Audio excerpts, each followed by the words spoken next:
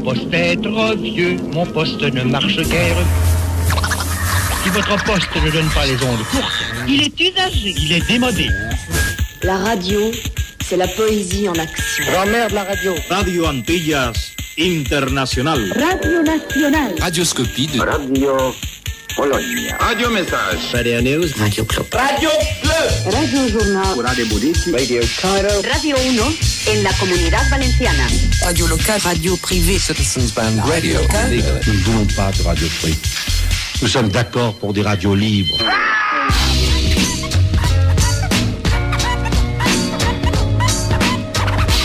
C'est en effet Radio Libre et aujourd'hui c'est d'avenir dont il va être question. Qu'est-ce qui fait aujourd'hui penser les philosophes après le 11 septembre, tragédie qui marque pour beaucoup un avant et un après? Trois penseurs se retrouvent pour échanger à bâton rompu sur les grandes questions de demain. France Culture, Radio Libre, jusqu'à 17h.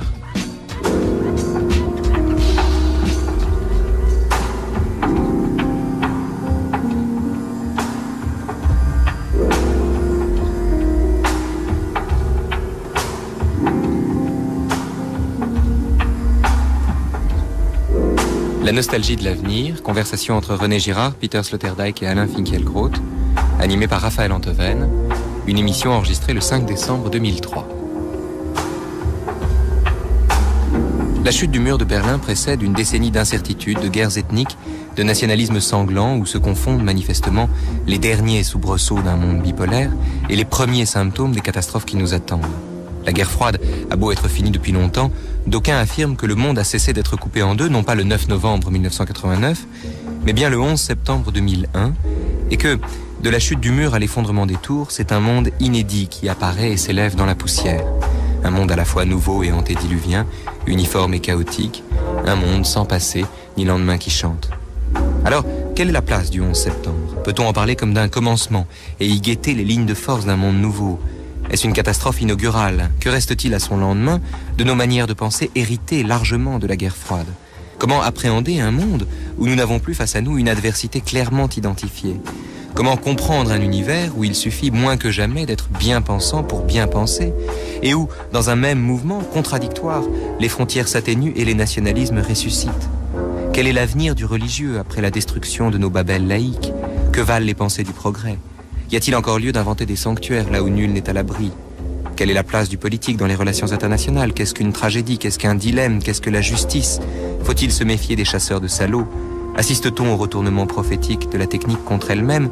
Et enfin, peut-on penser, en termes de bien et d'axe du mal, un univers que, par un excès de piété, le divin semble avoir déserté? C'est pour esquisser des réponses à ces questions que France Culture a organisé la rencontre de trois penseurs, trois nostalgiques, dont les systèmes très différents ont la vertu commune de chercher dans l'histoire, la tradition ou le mythe, les linéaments de l'avenir. Alain Finkielkraut d'abord, que les auditeurs de France Culture connaissent bien, penseur solitaire et mécontemporain de l'imparfait du présent, des insuffisances du monde moderne. Peter Sloterdijk, écrivain, philosophe et professeur d'université, parti de la gauche radicale et de l'école de Francfort pour aller jusqu'aux Indes, d'où vous êtes revenu en passant par l'Amérique avec un diagnostic très noir de l'évolution historique. Si vous êtes là tous les deux, c'est aussi à l'occasion de la parution chez Jean-Jacques Pauvert d'un dialogue entre vous intitulé « Les battements du monde », une confrontation sombre et lumineuse à la fois de vos pensées que rapproche, dans un pessimisme tonique, une méfiance partagée à l'endroit des donneurs de leçons, des chasseurs de salauds et des pensées du progrès. Enfin et surtout, si j'ose dire, nous accueillons René Girard, Français d'Amérique ou Américain de France, c'est selon. Votre parcours intellectuel vous a conduit du scepticisme au christianisme et vous êtes, depuis 1961 et votre chef-d'œuvre, Mensonge romantique et vérité romanesque, l'artisan d'une théorie majeure et célèbre du désir comme n'étant pas autonome mais mimétique et qu'on peut résumer avec Spinoza en disant que le désir qu'une chose produit en nous vient non pas de la chose elle-même, mais d'abord de ce que nous nous représentons nos semblables comme animés du même désir. Théorie dont vous dites que vous ne savez pas si c'est vous qui l'avez faite ou si c'est elle qui vous a fait. En tout cas, c'est elle qui inspire tous vos essais et c'est avec elle que vous exhumez la voix méconnue du réel, pour reprendre le titre de votre dernier essai, traduit et publié dans le monde entier et en France aux éditions Grasset en septembre 2002. Alors c'est à vous, René Girard, que je veux poser la première question. Vous avez dit dans un entretien qu'avec le 11 septembre, l'Amérique était entrée dans l'ère du dostoïevskisme. Que voulez-vous dire? Je vais dire toutes sortes de choses qui sont peut-être très difficiles à dire en réponse immédiate à vos propos. Mais vous savez, nous nous avons vécu dans un univers pendant longtemps, en Europe même, où on disait que Dostoïevski était trop russe pour être compris par les Français. Et alors on choisissait pour œuvre unique, au fond, et je ne sais pas trop pourquoi, Crime et Châtiment, qui me paraît le plus russe, le plus noir et le plus obscur des livres de Dostoïevski. Et on ne s'intéressait pas beaucoup aux nouvelles de Dostoïevski, à des textes comme le texte sur le sous-sol, le souterrain, les Mémoires du souterrain, ou l'Éternel Mari, qui me paraissent extraordinairement puissants pour la compréhension des rapports humains. N'est-ce pas ? Je dirais pas désir d'abord, mais je dirais les rapports humains. Une espèce de dépassement de la psychologie. Nous sommes dans la psychologie. La psychologie, c'est le point de vue du médecin qui regarde un individu unique, essentiellement. On peut décider qu'il faut un milieu derrière, qu'il faut ajouter d'autres, mais on ne prend jamais le point de vue du rapport. Moi, ce qui me paraît essentiel dans le roman, et en particulier le roman de Dostoïevski, c'est qu'au fond, il n'y a que des rapports. Vous voyez ? Et il y a très peu de méditation solitaire chez Dostoïevski. Et en particulier dans les nouvelles, dans les Mémoires d'un souterrain, le héros parle seul, mais il parle à tout le monde. Et il parle, par exemple, aux philosophes utilitaristes anglais. Et l'œuvre entière peut être vue comme une dénonciation de l'utilitarisme. Les utilitaristes nous disent que nous désirons toujours de façon rationnelle. Ils ressemblent au fond à ces économistes modernes qui font de très très bonnes mathématiques sur un point de départ analogue à celui des utilitaristes et qui pensent que le désir économique est rationnel. C'est pas vrai. Et j'ai l'impression que pour comprendre le monde aujourd'hui, nous avons besoin au premier chef, puisque nous ne voulons pas nous adresser aux religieux, aux romans, et en particulier à l'œuvre de Dostoïevski, plutôt qu'aux sciences de l'homme, etc., qui restent attachés à des points de vue qui me paraissent très démodés, au fond. Mais alors, si l'Amérique est entrée dans le dostoïevskisme, c'est parce qu'elle ne peut plus échapper au rapport qu'elle entretient. Elle ne peut plus échapper au rapport. Parce que ce qui est frappant dans les événements du 11 septembre, c'est la constatation qui est faite constamment et constamment répétée, et je pense que l'Europe n'a pas vu ça suffisamment, que l'Amérique désormais était vulnérable. Il est vrai que les Américains sont toujours pensés comme... puisque les Anglais n'ont jamais été envahis depuis Guillaume le Conquérant, et qui sont protégés par ce petit ruisseau qui s'appelle la Manche, le Channel, n'est-ce pas ? Nous avons ces deux océans, il est bien évident que nous sommes en sécurité. Alors tous les Américains aujourd'hui disent cette sécurité est perdue, et cette sécurité joue un rôle essentiel dans l'expérience américaine. Elle permettait une forme de démocratie qui ne cherche pas l'efficacité, hein, la séparation des pouvoirs, le combat des pouvoirs, mais qui cherche certaines formes de liberté contraires à l'efficacité militaire et toutes sortes de choses. Par conséquent, ça pose des problèmes dostoïevskiens. Alain Finkielkraut, dans Les battements du monde, c'est une phrase de vous. L'Amérique est devenue vulnérable. Vous le dites aussi. Vous dites l'Amérique n'avait aucune frontière commune avec les bêtises du monde. Désormais, rien n'est proche, rien n'est lointain. Le sans-distance règne. L'Amérique est normalisée, nous sommes les orphelins de sa promesse.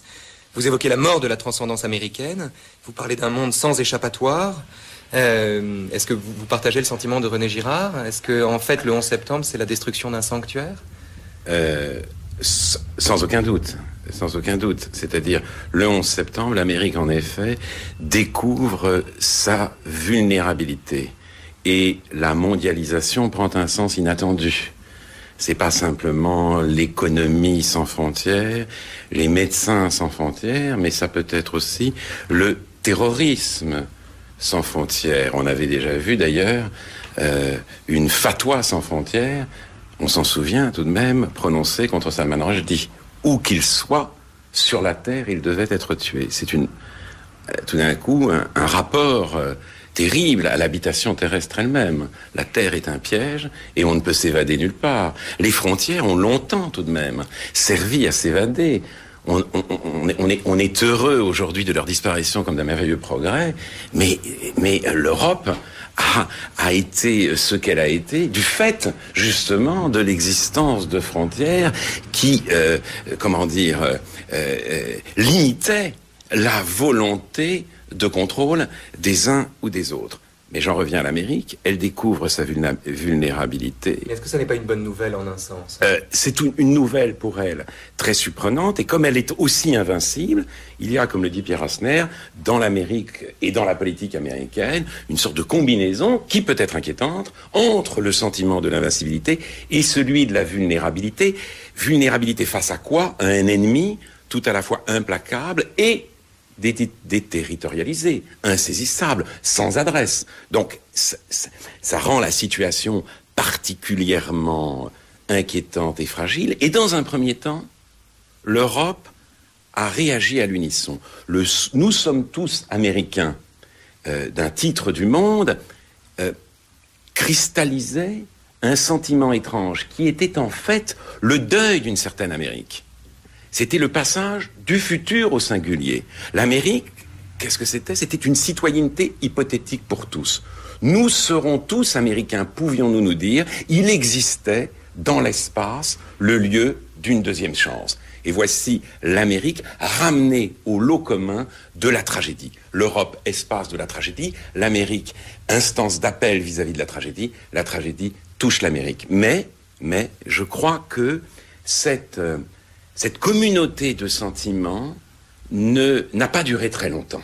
Dès lors que l'Amérique, découvrant sa vulnérabilité, s'est dit « j'ai un ennemi », l'Europe n'a pas vraiment voulu suivre. Et pourquoi l'Europe n'a-t-elle pas voulu suivre ? Parce qu'elle s'est constituée, notre Europe d'aujourd'hui, tout autrement. Au long de son histoire, l'Europe s'est posée en s'opposant. Elle a pris conscience d'elle-même face à la différence irréductible, face à l'adversité. Que ce soit celle de l'islam, au temps des morts, que ce soit celle de Byzance, que ce soit celle même de la Russie, quand Custine vint en Russie, quand Palatchki ou Havlicek, son disciple tchèque, vint en Russie, il dit « je comprends ce qu'est l'Europe, parce que la Russie, c'est pas du tout pareil ». Bien, mais l'Europe de 1945, c'est tout autre chose.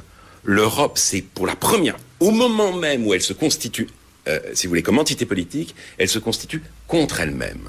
Le plus jamais ça de l'Europe, c'est plus jamais le nationalisme, plus jamais l'impérialisme, plus jamais ces monstres et ces démons internes de la volonté de puissance n'auront lieu d'être. Donc l'Europe est très à l'aise quand il s'agit de combattre ces monstres et ces démons. Elle a été créée pour ça, mais dès lors qu'elle perçoit, dès lors qu'il y a un ennemi extérieur, l'Europe est en quelque sorte paralysée, parce que elle s'est constituée tout autrement. Elle s'est constituée pour combattre ces démons, et certes pas pour désigner des ennemis, et même pas pour réagir quand ce sont des ennemis qui la désignent. Et c'est là que je vois une véritable dissymétrie, une dissymétrie grandissante entre le sentiment américain et le sentiment européen. Mais alors, justement, vous parlez de l'éditorial, je crois que c'était Colombani qui avait signé ça, il disait « Nous sommes tous américains ». Il l'avait signé donc au lendemain du 11 septembre, et il y avait eu à ce moment-là quelques protestations timides. Et puis à mesure que la politique américaine, la diplomatie américaine, l'administration américaine a conduit sa politique comme elle l'a fait, les contre-feux ont été plus violents, jusqu'à devenir une véritable américanophobie qu'on connaît.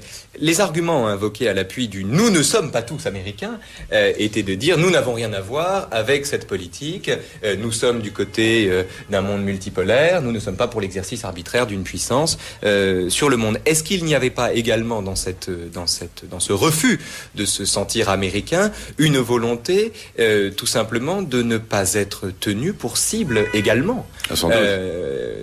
Sans doute, mais ça encore une fois, c'est pour ça qu'on ne peut pas se débarrasser de la catégorie d'ennemis simplement en manifestant de la bonne volonté.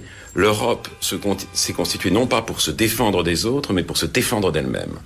Et elle se vante toujours d'être capable de se défendre d'elle-même. Elle s'en est vantée en 1991, au moment de la guerre en ex-Yougoslavie, quand les Allemands et les Français ont pu manifester des signes de dissentiment, et que ce dissentiment, aurait pu aller jusqu'au divorce. Nous n'avons pas rompu, on n'a pas rompu certes sur le dos des Croates, mais ça n'a pas d'importance.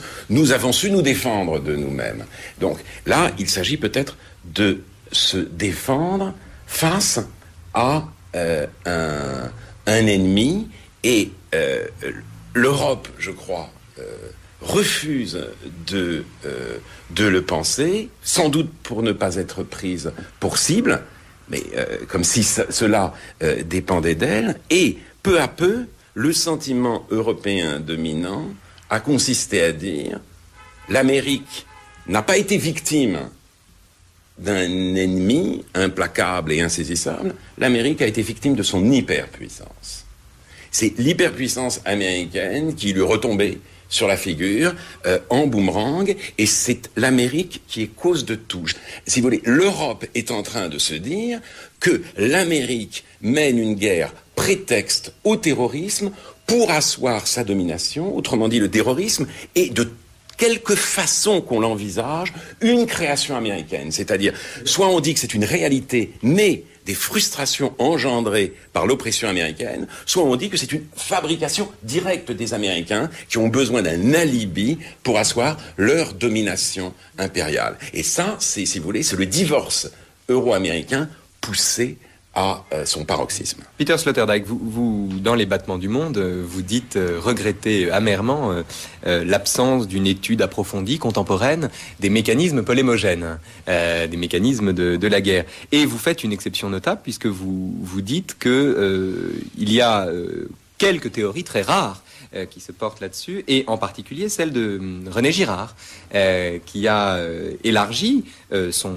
théorème de base sur le désir mimétique à la rivalité, à la relation entre l'Ouest et le monde musulman. J'ai envie de vous demander en quoi sa démarche pour comprendre ces phénomènes vous semble pertinente. Et on peut se tromper d'ennemi. Je dirais qu'on peut aussi se tromper d'événements.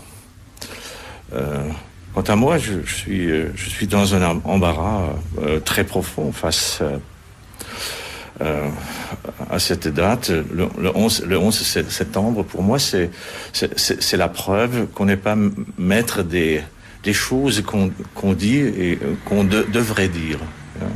Moi, j'ai depuis l'événement même adopté une attitude plutôt tempéré, c'est-à-dire j'aurais proposé de ne pas trop en parler, de ne pas choisir cette date comme point de référence, de minimiser l'événement et de ne pas laisser un jeu libre à cette orgie de l'herméneutique politique qui voulait gonfler à tout prix cet événement. Mais en même temps, pour les uns, c'était la preuve que le mal existe.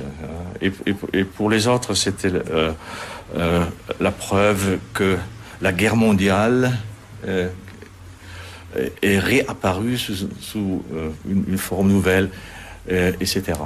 Et moi, je dirais qu'il faudrait plutôt adopter une attitude beaucoup plus réservée et se demander comment et pourquoi un événement peut devenir important.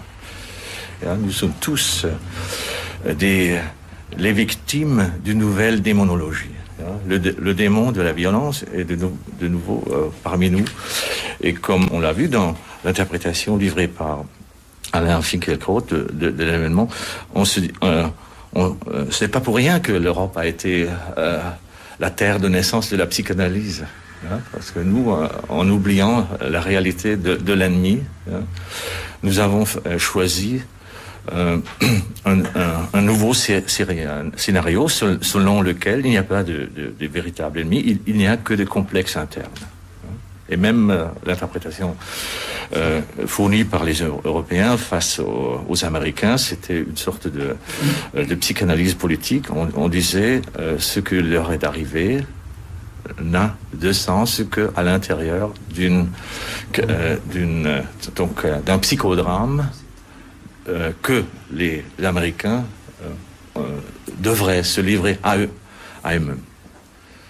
Et ma réponse personnelle à la question qu'est-ce que rend un événement important, ça serait à l'ordre d'un argument qui appartient à la philosophie de la langue ou une philosophie du langage. Je dirais, il y a deux grands courants qui parcourent chaque société, un courant de promesses et un courant de menaces. Parce que les êtres humains ont la capacité de se promettre quelque chose, c'est-à-dire, pour parler théologiquement, de communiquer des évangiles. Comme dit Nietzsche, l'homme est un animal qui promet. Oui, c'est selon Nietzsche l'animal qui promet, qui a le droit de promettre et de faire des promesses à long terme. Ouais, c'est ça la définition de l'évangile. Et de l'autre côté, c'est un animal qui annonce le pire. C'est une formule dont vous vous êtes servi dans votre remarque introductoire. Vous disiez le 11 septembre nous a montré quelle sorte de catastrophes nous attendent. Donc vous avez choisi cet autre jeu de langage, le jeu de langage de la mauvaise nouvelle, du disangèle, du désenchantement, de la menace. Et je crois que ce que nous faisons aujourd'hui, c'est de formuler un très grand scénario disangélique pour nous ensorceler nous-mêmes, pour nous placer sous l'envoûtement de la menace qui remplace nos inspirations positives. René Girard. Tout s'est passé au fond lorsque, je ne sais pas si on a beaucoup parlé en Europe, mais en Amérique, il y a eu un début de débat. Ça a été la question de la définition du 11 septembre. Il y avait des gens qui étaient en faveur de le décrire comme un geste de délinquance et tout ce qui suivrait comme une opération de police. Parce qu'il n'y avait pas d'État, il n'y avait que des individus qui bien souvent étaient en Amérique depuis des années, des moyens techniques détournés, et le considérer comme un phénomène de guerre, un nouveau Pearl Harbor. Vous voyez ce que vous dites sur l'exaltation du 11 septembre, au fond, c'est cette comparaison qui a dominé. C'est le nouveau Pearl Harbor. Et alors le gouvernement américain a choisi la solution de la guerre pour mobiliser les gens, et pour les mobiliser d'une certaine manière de façon aussi électorale. Parce que il y a des gens qui diraient même, et c'est peut-être un peu exagéré, que ça a sauvé Bush de la menace de ridicule qui pesait sur lui. Les démocrates étaient en train de faire de lui un second Dan Quayle. Vous savez, ce vice-président qui était ridicule, etc. Bush, par certains côtés, parlait comme Dan Quayle, et on était en train de faire de lui. Et je pense que tout a poussé le gouvernement américain vers l'idée qu'on était en guerre, parce que ça fonctionnait sur le plan politique, et ça fonctionnait aussi pour mobiliser le peuple américain et accepter des sacrifices financiers ou toutes sortes de choses. Mais est-ce que le 11 septembre n'est pas également une bulle, pour reprendre un terme qui vous est familier, Peter Sloterdijk, une bulle qui se déconstruit, une bulle qui explose.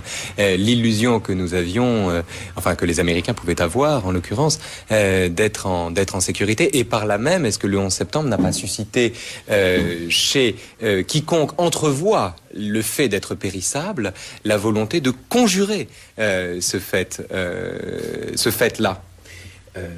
En tout cas, oui, je crois qu'il y a eu une grande opération de conjuration. Le mot est très juste. Et là, je voudrais répondre à Sloterdijk. J'ai bien entendu les réticences, le scepticisme de René Girard quant au motif réel de la mobilisation américaine, mais je parlerai de l'Europe et de l'orgie interprétative auquel le 11 septembre a donné lieu, non pas pour en faire un événement, non pas pour lui offrir un statut, mais tout au contraire, pour le dissoudre, pour montrer que ce n'était pas important. Car événement veut dire césure et révélation. Et en Europe, cette impression a été très vite dissipée. On a eu besoin de beaucoup d'interprétations pour qu'elle soit dissipée, et l'Europe, là, est entrée dans une sorte de course herméneutique visant à dire il ne s'est rien passé le 11 septembre, ou du moins ce qu'on croit y avoir vu est une illusion. L'Amérique n'a pas découvert à ce moment-là qu'elle était vulnérable. En fait, l'Amérique, encore une fois, a trouvé un alibi, un prétexte pour affirmer sa puissance totale sur le monde. Du 11 septembre, l'Europe, ou une grande partie de l'Europe, a conclu à l'hyperpuissance américaine, avec toutes les conséquences que ça peut avoir sur l'image de la politique. Si quelqu'un peut tout, même susciter ses ennemis, pour quelque raison que ce soit, alors la politique elle-même peut tout. Et l'Europe est retournée à ce qui me paraît être, alors là pour le coup, l'un de ses démons les plus effrayants, celui du tout est politique.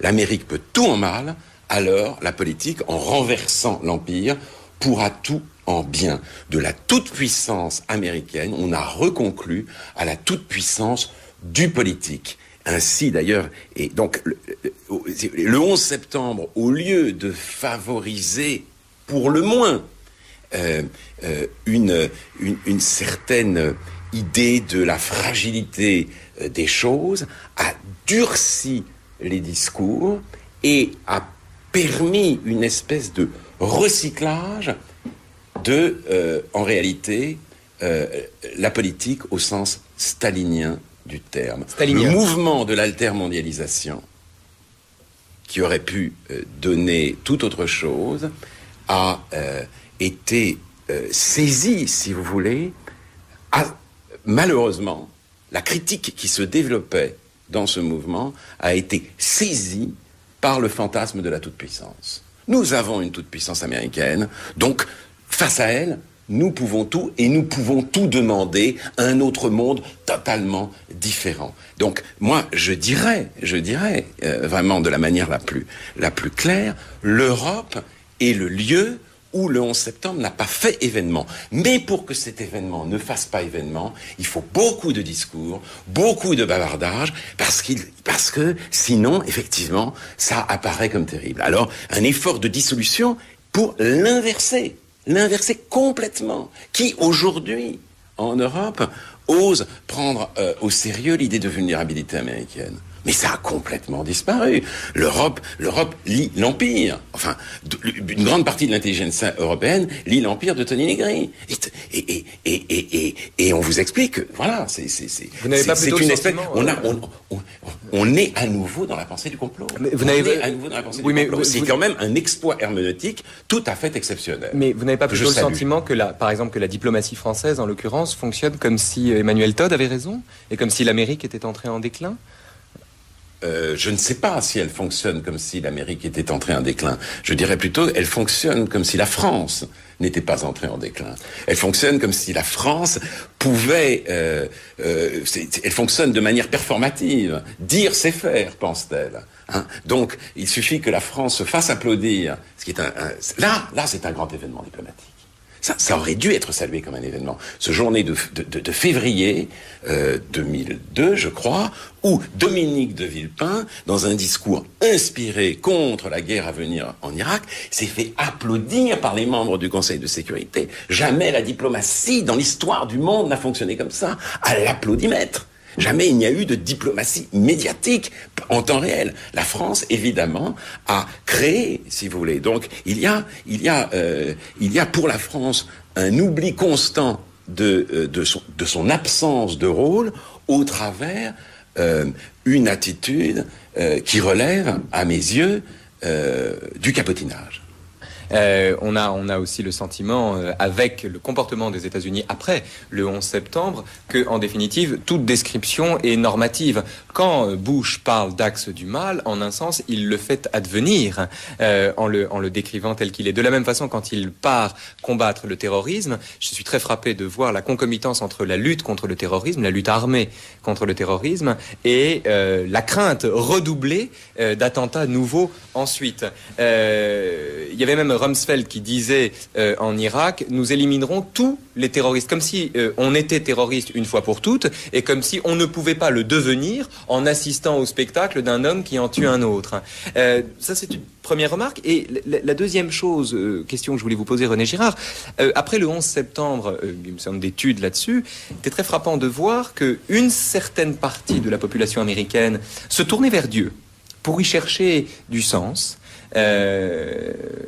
et qu'une autre partie s'en détournait, comme s'il y avait eu en quelque sorte rupture de contrat entre l'humanité et le divin à la faveur de cet événement. Comment est-ce que ça n'est pas finalement le même geste que de demander à Dieu eh bien tout simplement de nous réconcilier avec une signification qu'on ne saisit plus face à un chaos pareil, ou bien de tourner les talons et de dire à Dieu puisque c'est le monde que tu fabriques, comme avec le tremblement de terre de Lisbonne, eh bien nous ne te regarderons plus. Est-ce que ça n'est pas la même chose finalement? Peut-être. En fait, la première réaction était beaucoup plus visible que la seconde. Surtout dans les premiers jours, on sait que la fréquentation des églises a augmenté dans les jours qui ont suivi le 11 septembre, mais très vite, les choses sont revenues à la normale et la seconde réaction dont vous parlez n'a pas été manifeste dans les médias, la presse, etc. Il y a eu certainement une poussée religieuse beaucoup plus faible que ce qu'on dit en Europe. La présentation des États-Unis comme une théocratie militariste est ridicule, enfin, peut-être parfaitement. Et on entend ça partout, répété, c'est tout à fait grotesque. Les gens ne se rendent pas compte, par exemple, que ce que les Américains appellent secularism, qui n'est pas la même chose. Par exemple, il n'y a pas de problème du voile en Amérique parce que personne ne se souciant du voile. Le voile n'a pas une valeur aussi polémique qu'ici, n'est-ce pas? Par conséquent, le voile sera porté pendant quelques jours, puis deviendra si insignifiant qu'il n'est pas question. Mais on ne se rend pas compte que l'évolution qui est produite par la Cour suprême américaine va toujours dans le sens de la suppression et de l'interdiction des signes religieux. Qu'il est impossible, par exemple, pendant la période de Noël, d'avoir un arbre de Noël sur une place publique aux États-Unis parce que c'est un signe ostentatoire du religieux que le voile n'est pas. Ce qui est assez étonnant, mais c'est ainsi que d'un pays à l'autre, les choses se passent différemment. Peter Sloterdijk, il y a une phrase de Nietzsche sur laquelle j'ai envie d'avoir votre sentiment. Il dit, c'est dans les fragments, il dit « Maintenant l'air est échauffé, le souffle de la terre est embrasé. Maintenant vous vous promenez tout nus, bons et méchants, et pour l'homme épris de connaissance, c'est une fête. » Est-ce qu'une telle phrase s'applique en un sens au phénomène qu'on décrit? Je ne suis pas sûr. D'abord, je dirais que les événements après le 11 septembre ont livré la preuve que on n'échappe jamais à la loi de la loi de la politique du performatif. Si on peut reprocher à la France d'avoir mené une politique de la grandiloquence, c'est-à-dire d'avoir pris le dire pour le faire. L'affaire se présente en ce qui concerne les Américains sous une lumière presque identique, mais de l'autre côté, pour eux, le faire est une sorte de dire. Donc l'invasion de l'Afghanistan, c'était un geste mélodramatique, plus ou moins mesuré, mais c'était un geste mélodramatique. Et le mélodrame est encore une fois revenu lors de l'invasion de l'Irak. Donc, on faisait la guerre pour dire quelque chose. Alors Alain Finkielkraut, lui, parle d'une Europe qui se paye de mots, justement. Oui, mais les États-Unis se payent d'actes. Oui, et pour eux, la réversibilité de faire et dire se présente aussi, mais de l'autre côté, bien sûr, parce que pour eux, pour parler la langue de la force, il faut commettre un acte de force. Pour les Européens, il suffit de prononcer des paroles fortes pour entrer dans le jeu et de se tenir aux Nations Unies. Alain Finkielkraut. Oui, je crois en effet que c'est important de voir que face à une Europe qui se paye de mots, l'Amérique risque bien de se payer d'actes. Et je le dis parce que toutes mes interventions précédentes, très critiques à l'égard des postures européennes, pouvaient laisser entendre que j'étais un pro-américain fanatique, voire un adepte de la doctrine Bush. Or, tel n'est pas le cas. Et c'est là que nous sommes effectivement confrontés, nous, quand nous essayons de réfléchir, à un monde complexe et inquiétant. Qu'est-ce qui vous distingue d'un républicain américain? Alors, justement, d'abord, l'Europe se paye de mots. En quel sens? La France, évidemment, qui a une grande tradition de l'emphase et de la grandiloquence, le fait à sa manière. Mais l'Europe y est conduite, encore une fois, par la fascination qui est la sienne pour son propre miracle. Ce miracle, je l'ai dit, c'est nous avons conjuré nos démons et nous ne croyons plus dans l'équilibre des forces. Donc, nous faisons autre chose. Et regardez, c'est merveilleux. Donc, faites comme nous. Faites comme nous.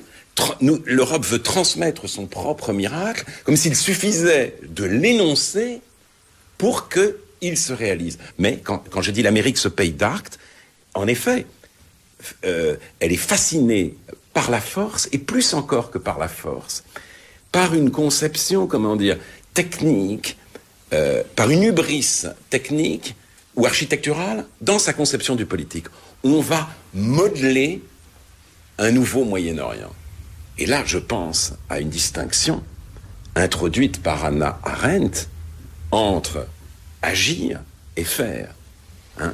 Elle voit naître la tentation totalitaire dès les Grecs, dès le moment où précisément cette distinction n'est plus respectée, où l'on peut croire qu'agir, c'est faire, qu'agir, ça relève de la fabrication. Et il y a un manque de subtilité des Américains, un manque d'humilité face aux réalités de l'action politique, de la sagesse pratique qu'elle suppose, des effets imprévisibles qu'elle induit, qui est absolument terrible, et on en voit les effets, bien entendu, en Irak. D'où une situation très douloureuse de dégoût grandissant face aux postures européennes qui se payent de mots, et d'inquiétude grandissante face à la confusion américaine entre l'agir et le faire. Alors, il y a une question que j'ai envie de vous poser à tous les trois. Dans les battements du monde, vous faites, Alain Finkielkraut, vous critiquez vertement les postures adolescentes. De Saint-Just à Arnaud Montebourg, pour le dire vite, que l'égoïsme est cœur, pour qui la politique se confond avec la morale, et pour qui la morale, dites-vous, se réduit à l'affrontement avec le dragon.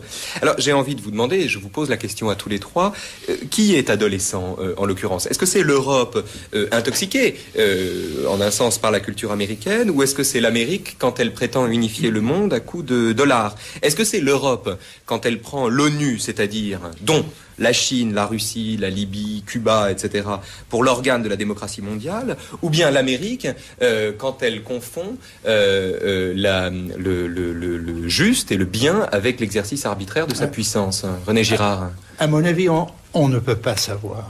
Mais on peut justifier la guerre de l'Irak par des raisons géopolitiques. Si demain, il y a un coup d'État en Arabie Saoudite ou...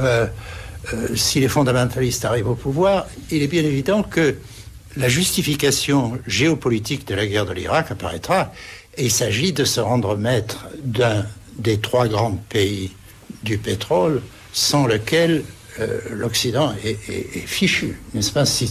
Le fait que l'Arabie Saoudite ne soit pas sûre et qu'elle soit incertaine de façon si diverse et qui peuvent se réaliser très rapidement, d'une certaine manière, sur le plan géopolitique, peut être une justification de la politique américaine. Je ne dis pas que c'est vrai, pas plus que l'autre. Je dis nous ne savons pas, et par conséquent la dimension politique, la dimension, le désordre extraordinaire dont vous parlez dans les battements du monde, des affaires politiques du monde, fait que les intellectuels sont mal placés pour discuter, parce qu'ils voient toujours tout sous le signe de l'éternité. Et ça envoie le dilemme constant de l'homme politique qui est placé devant des réalités effrayantes, parce que tout peut se produire d'un instant à l'autre, de tas de choses qu'on n'attend pas. Peter Sloterdijk. Oui, mais avant de répondre, rappelons-nous que la réponse à votre question, qui est l'adulte dans l'affaire... Qui est l'adolescent Qui est l'adulte, qui est l'adulte et qui est l'adolescent dans l'affaire, c'est une question dont Robert Kagan Kagan, comme on dit en France, a livré. Pardonnez-moi, dont je rappelle qu'il est donc l'auteur d'une théorie finalement assez nietzschéenne, dans laquelle il interprète le rapport entre l'Europe et les États-Unis en termes de force et de faiblesse. Il dit l'Amérique se conduit comme elle le fait parce qu'elle dispose de la force, et l'Europe en appelle au droit international parce qu'elle est dans la position du faible. Oui, mais en plus, il y a un deuxième strate dans son argumentation, donc une couche mythologique où il cite le mythe romain de Mars et Vénus pour réclamer pour les Américains l'alliance avec le dieu Mars et pour l'Europe l'alliance avec Vénus. C'est un peu problématique pour un fils d'un helléniste qui a certainement pas fait attention pour les discours de son père à table, parce que sinon il devrait savoir que Mars et Vénus sont un couple et ils font et que Mars d'ailleurs pose sa tête sur les mariage genoux de Vénus, hein. ensemble. Et pour lui, c'est Mars et Vénus divorcés par l'Atlantique. Mais pour reprendre l'argument et pour transposer votre question dans une autre tonalité, dans un autre vocabulaire, si vraiment les Américains ont adopté une nouvelle politique de la vulnérabilité, est-ce que c'est faire preuve de l'âge adulte politique, ou est-ce que cela correspond à une attitude juvénile, vouloir prouver à tout prix que la force est toujours là. D'ailleurs, une chose dont personne ne s'est jamais douté. Il ne fallait pas prouver la force américaine. C'est quelque chose qui n'a pas besoin de preuves. Mais quand même, on agit comme si cette preuve devait être livrée ça, toujours. C'est un point de vue européen. René Girard. Parce que du point de vue des Américains, le gouvernement américain, après le 11 septembre, se trouvait dans une situation politique où l'action était nécessaire pour prouver justement au peuple américain qu'on allait faire quelque chose, que quelque chose allait se passer. Et ça, évidemment, les Européens ne le ressentent pas, dans la mesure où c'est pas leur nation à eux. Mais c'est de nouveau le performatif, c'est-à-dire quand faire, c'est dire. Mais la question de l'âge adulte n'est pas encore résolue. Moi, je crois que le véritable danger dans la politique des Américains consistait dans le fait qu'ils ont commencé de se réclamer d'une attitude néo-robésienne, c'est-à-dire de s'orienter à la plus dure des philosophies politiques. Celle de Thomas Hobbes. De Thomas Hobbes. Qui fait de la peur la première passion politique. Oui, et de la guerre civile, le mal suprême, dont il peut dériver... et de la force le remède à la guerre. Seulement une politique de la force absolue, vers l'extérieur comme vers l'intérieur, peut conjurer le plus grand danger de l'humanité, c'est-à-dire la guerre civile. Et je crois que ce qui se passe aujourd'hui, on abuse des événements du 11 septembre pour mener la société américaine sur le chemin d'un capitalisme autoritaire qui s'annonce à travers tout ce remuement. Dans la mêlée, on va surgir un Occident profondément changé par cette dysangile du danger. Et sous la loi de la mauvaise nouvelle, nous devenons de plus en plus prêts à sacrifier la tradition démocratique, la liberté, et de vivre sous la loi de la guerre, et de séparer démocratie et capitalisme, et de créer un grand espace politique. La géopolitique du confort va remplacer Celle de la liberté. Celle du libéralisme et de la démocratie. Dans le Léviathan, Hobbes décrit le passage de l'état de nature à l'état de droit par le renoncement à sa liberté au profit de la sécurité, puisque l'état de nature, c'est la guerre de chacun contre chacun, c'est l'homme qui est un loup pour l'homme, et en passant contrat avec son adversaire, on aliène une partie de sa liberté et on y gagne un certain confort, une certaine forme de sécurité. Est-ce que vous redoutez ça également, Alain Finkielkraut? Pas tout à fait. Je crois que l'Amérique restera... Enfin, c'est une hypothèse, c'est pas un diagnostic. Donc, elle est évidemment risquée et exposée au démenti. Mais je crois que la conception de la liberté en Amérique est beaucoup plus radicale qu'en Europe. Et on le voit, c'est-à-dire la liberté en Amérique, ça consiste pour chacun vraiment à faire ce qui lui plaît, à dire ce qu'il veut. Rien n'est protégé contre la liberté. Oui, mais enfin, la préservation de la liberté en Amérique passe par un certain nombre de mesures liberticides. Oui, mais je ne suis pas sûr qu'elles soient liberticides. Il faut quand même savoir que l'Amérique, c'est le pays où les négationnismes ont droit de citer. C'est-à-dire que la liberté, ça. Oui, c'est la preuve, si vous voulez, que l'idée de liberté aux États-Unis mange toutes les autres. Qu'il n'y a rien qu'on doive protéger contre la liberté, pas même le monde. C'est-à-dire que tout peut être opinion. Et si tout peut être opinion, même le débat d'opinion perd son sens. Donc, il faut savoir que l'Amérique, encore une fois, a une conception hubristique de la liberté. Je ne suis pas sûr que ce soit en tout cas le pays qui expérimente vraiment le divorce de la démocratie et du capitalisme. Et en plus, je crois que alors, c'est difficile avec l'Amérique et c'est difficile avec ce président. C'est-à-dire, c'est un président qui sacrifie tellement à l'image qu'on peut se dire que finalement, et en termes baudrillardiens en quelque sorte, tout cela est image. Quand le président Bush fait un voyage de 2 heures sur une base américaine de Bagdad, enfin un séjour de 2 heures, le voyage dure 20 heures, et qu'il partage la dinde, et qu'on vient d'apprendre que cette dinde, elle était même pas cuite, que personne ne l'a mangée, mais qu'il fallait montrer le président Bush avec ce plat dont il allait lui-même distribuer les bons morceaux aux soldats américains, on se dit, mais peut-être qu'ils ont fait la guerre comme ça aussi. Peut-être qu'ils ont fait la guerre. Mais je crois que nous devons nous retenir, malgré la part prise par l'image, la médiatisation dans la politique américaine, il y a des menaces réelles. La question de l'Arabie Saoudite se pose. La nécessité pour les Américains de ne plus dépendre du royaume wahhabite, je la trouve tout à fait concevable. Ce que je trouve, moi, de plus en plus juvénile aujourd'hui, et c'est là qu'est mon inquiétude, c'est la société civile. Donc je ferai un renversement, si vous voulez. Ça fait des années et des années que l'Occident, si vous voulez... exprime, crache même son mépris des politiques, corrompus, pénibles, nuls, etc.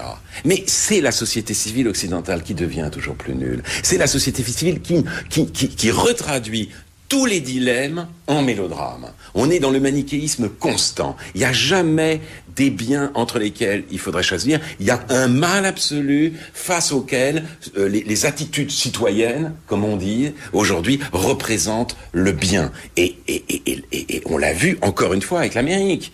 Nous ne savons pas. Il y a des dilemmes, mais personne ne dit plus ça. L'Amérique, c'est le mal.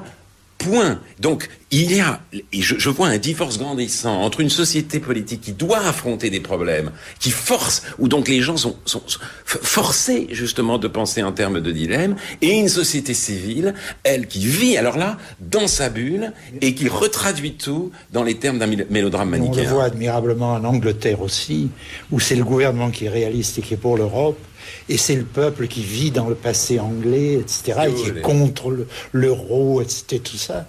Non, le gouvernement n'arrive pas, n'est-ce pas, à leur faire prendre conscience de la réalité actuelle. En fait, je vous écoute, Alain Finkielkraut, et je me dis, finalement, vous êtes un rousseauiste, puisque Rousseau en appelle à la démocratie directe, et en même temps, il dit, dans le même temps, qu'un gouvernement si parfait ne convient pas à des hommes, parce que seul un peuple de Dieu se gouvernerait démocratiquement. Est-ce que vous ne reprochez pas aux hommes Non. Vous ne reprochez pas aux hommes de ne pas être des dieux? Non, je leur reproche, je m'inquiète de cette inversion, si vous voulez. Je m'inquiète justement d'abord de la généralisation de l'adjectif citoyen.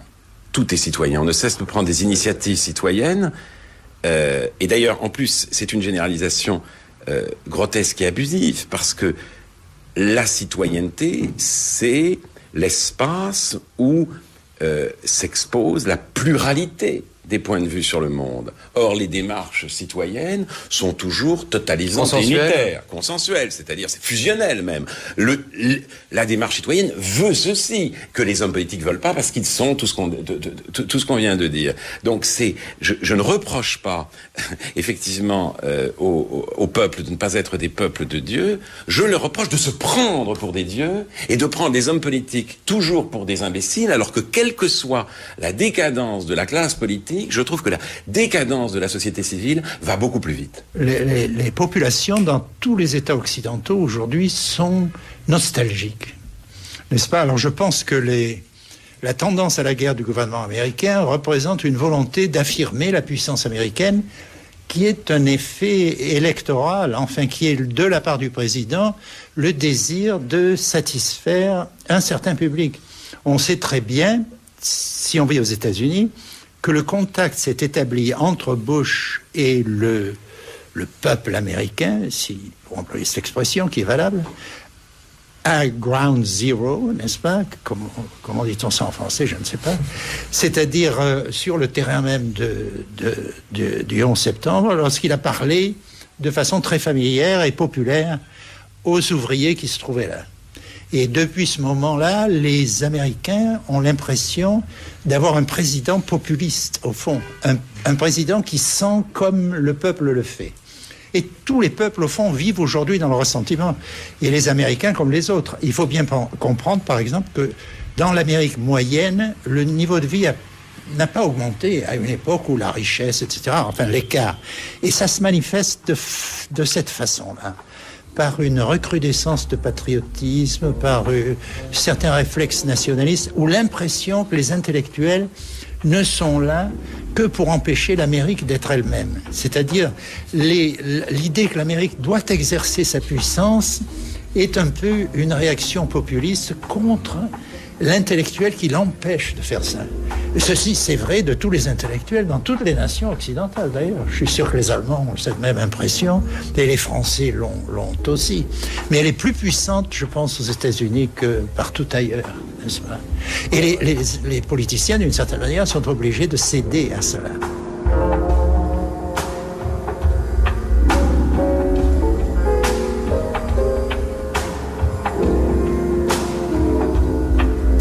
Vous êtes sur France Culture, à mi-chemin de la nostalgie de l'avenir, une conversation à bâton rompu entre René Girard, Peter Sloterdijk et Alain Finkielkraut, conversation animée par Raphaël Antoven.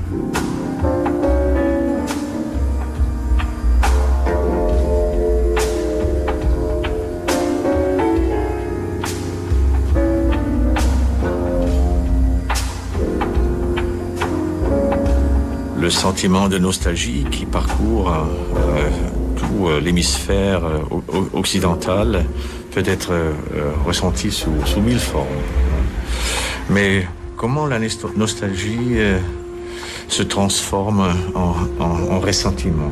Ça, c'est la question essentielle. Et comment cette alliance perverse entre les nostalgiques intérieurs et les agresseurs extérieurs a pu être forgée.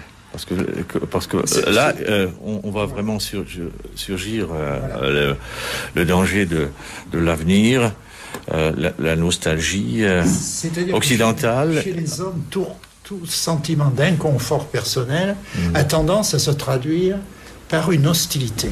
Vous savez, je crois que là, il faut revenir aux grandes paroles de Simone Weil dans son premier livre, où elle dit que lorsqu'elle avait très mal à la tête, elle avait envie de frapper le premier venu à l'endroit sur leur front où elle avait mal. On est en plein désir mimétique, là, non? En plein désir mimétique. Mais le désir de violence est lié à ceci. Il a besoin de personnaliser, parce qu'il a besoin d'un responsable.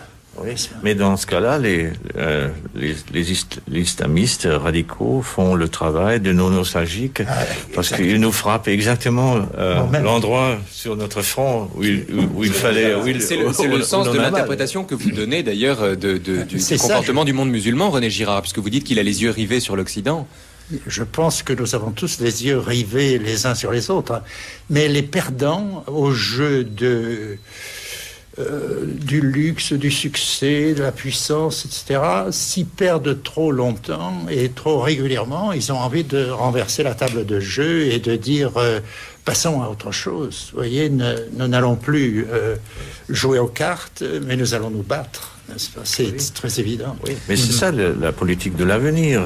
Et dans une perspective nietzschéenne, il faut civiliser les jeux politiques et surtout il faut civiliser la perte et offrir des voies d'accès au succès partagé à tous ceux qui ont été exclus jusqu'à présent de nos jeux qui gagnent. Mais alors, et il faut revenir à ce que vous venez de dire au début de notre conversation sur la vue dostoïevskienne sur l'Occident, parce que à Saint-Pétersbourg, la première grande vision d'un Occident haïssable a été forgée. Les mémoires d'un sous-sol ne parlent que de ça. Ne parlent que de ça. C'est à mon avis le premier tiers-mondisme conséquent, rationnel, organisé. La slavophilie de Dostoïevski. Mais dans les mémoires du souterrain, il a fortement conscience d'exprimer ce ressentiment populaire. Les mémoires du souterrain ne sont pas une œuvre slavophile. Si vous allez au journal d'un écrivain, Dostoïevski, là vous trouvez la slavophilie, etc.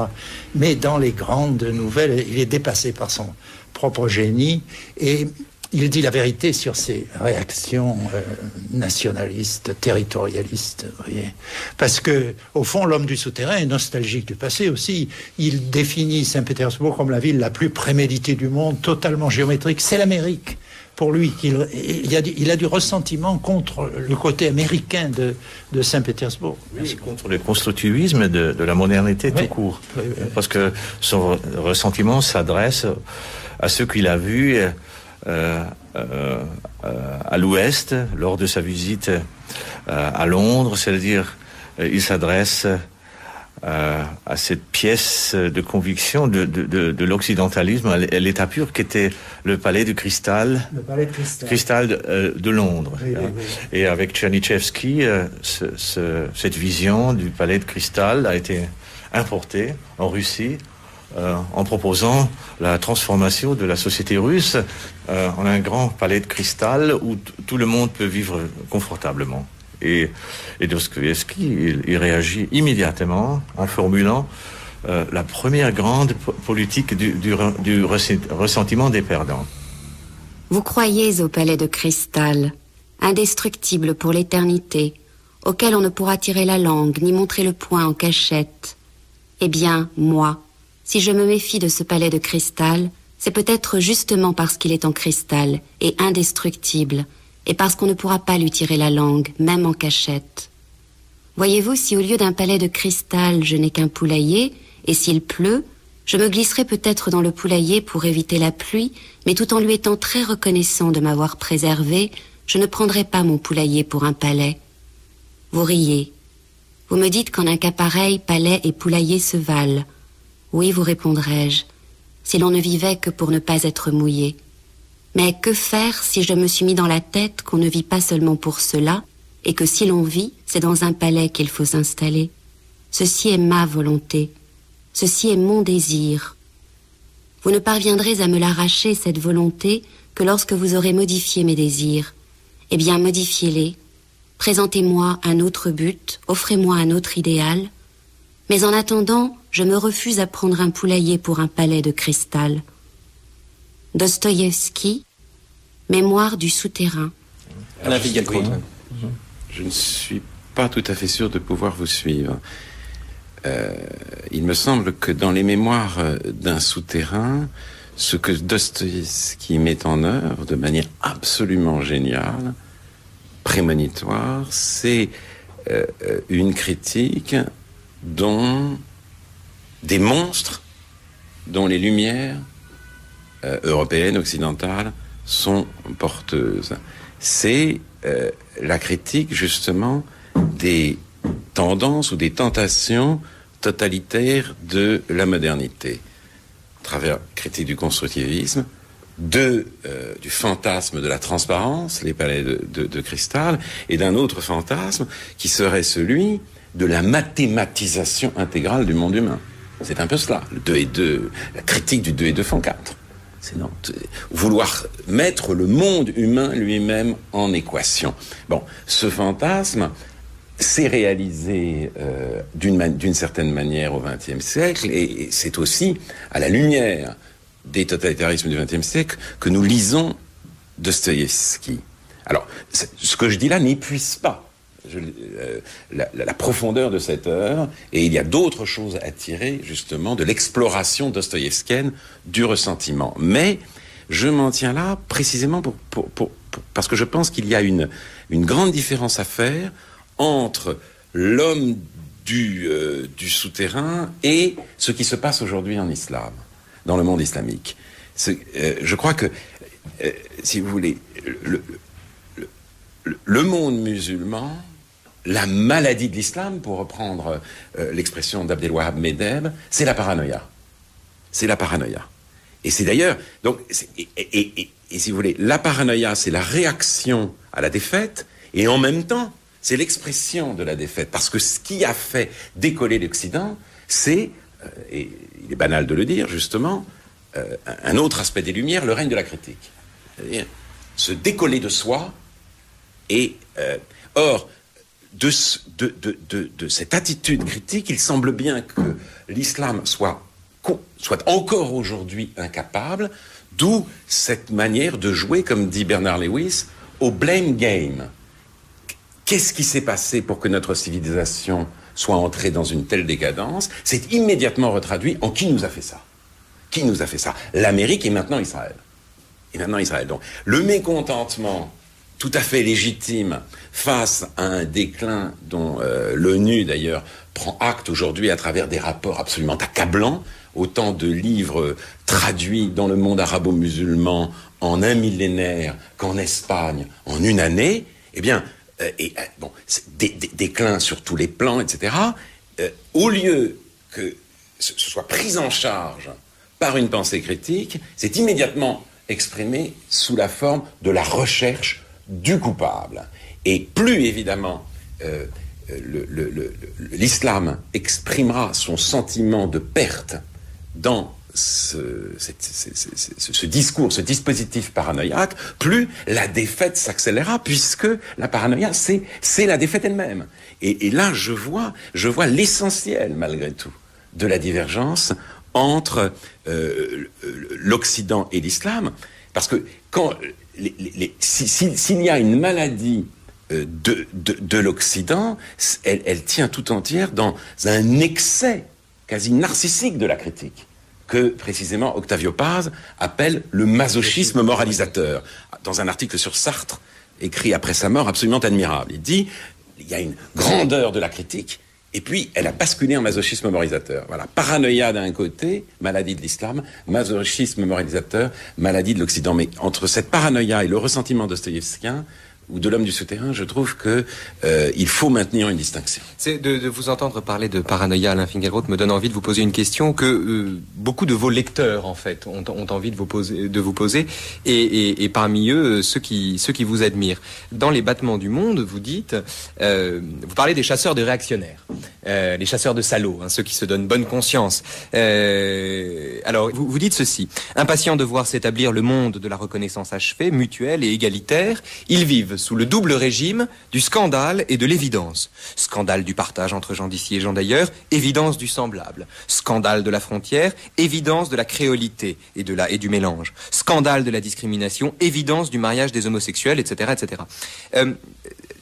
Deux questions que je brûle de vous poser. D'abord, est-ce que vous ne présentez pas comme des évidences ce qui ne l'est pas du tout?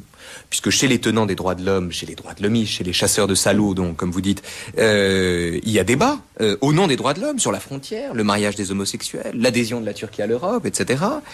Et à vous lire, on a parfois le sentiment que vous vivez comme étant entouré de belles âmes irresponsables. Autrement dit, Alain Finkielkraut, est-ce que vous ne seriez pas vous-même un peu parano? Ah, c'était ça la question, c'est bien, c'est une très belle transition. Là, je ne peux que vous applaudir, mais évidemment, je vais essayer de me défendre. Je ne vous attaquez pas.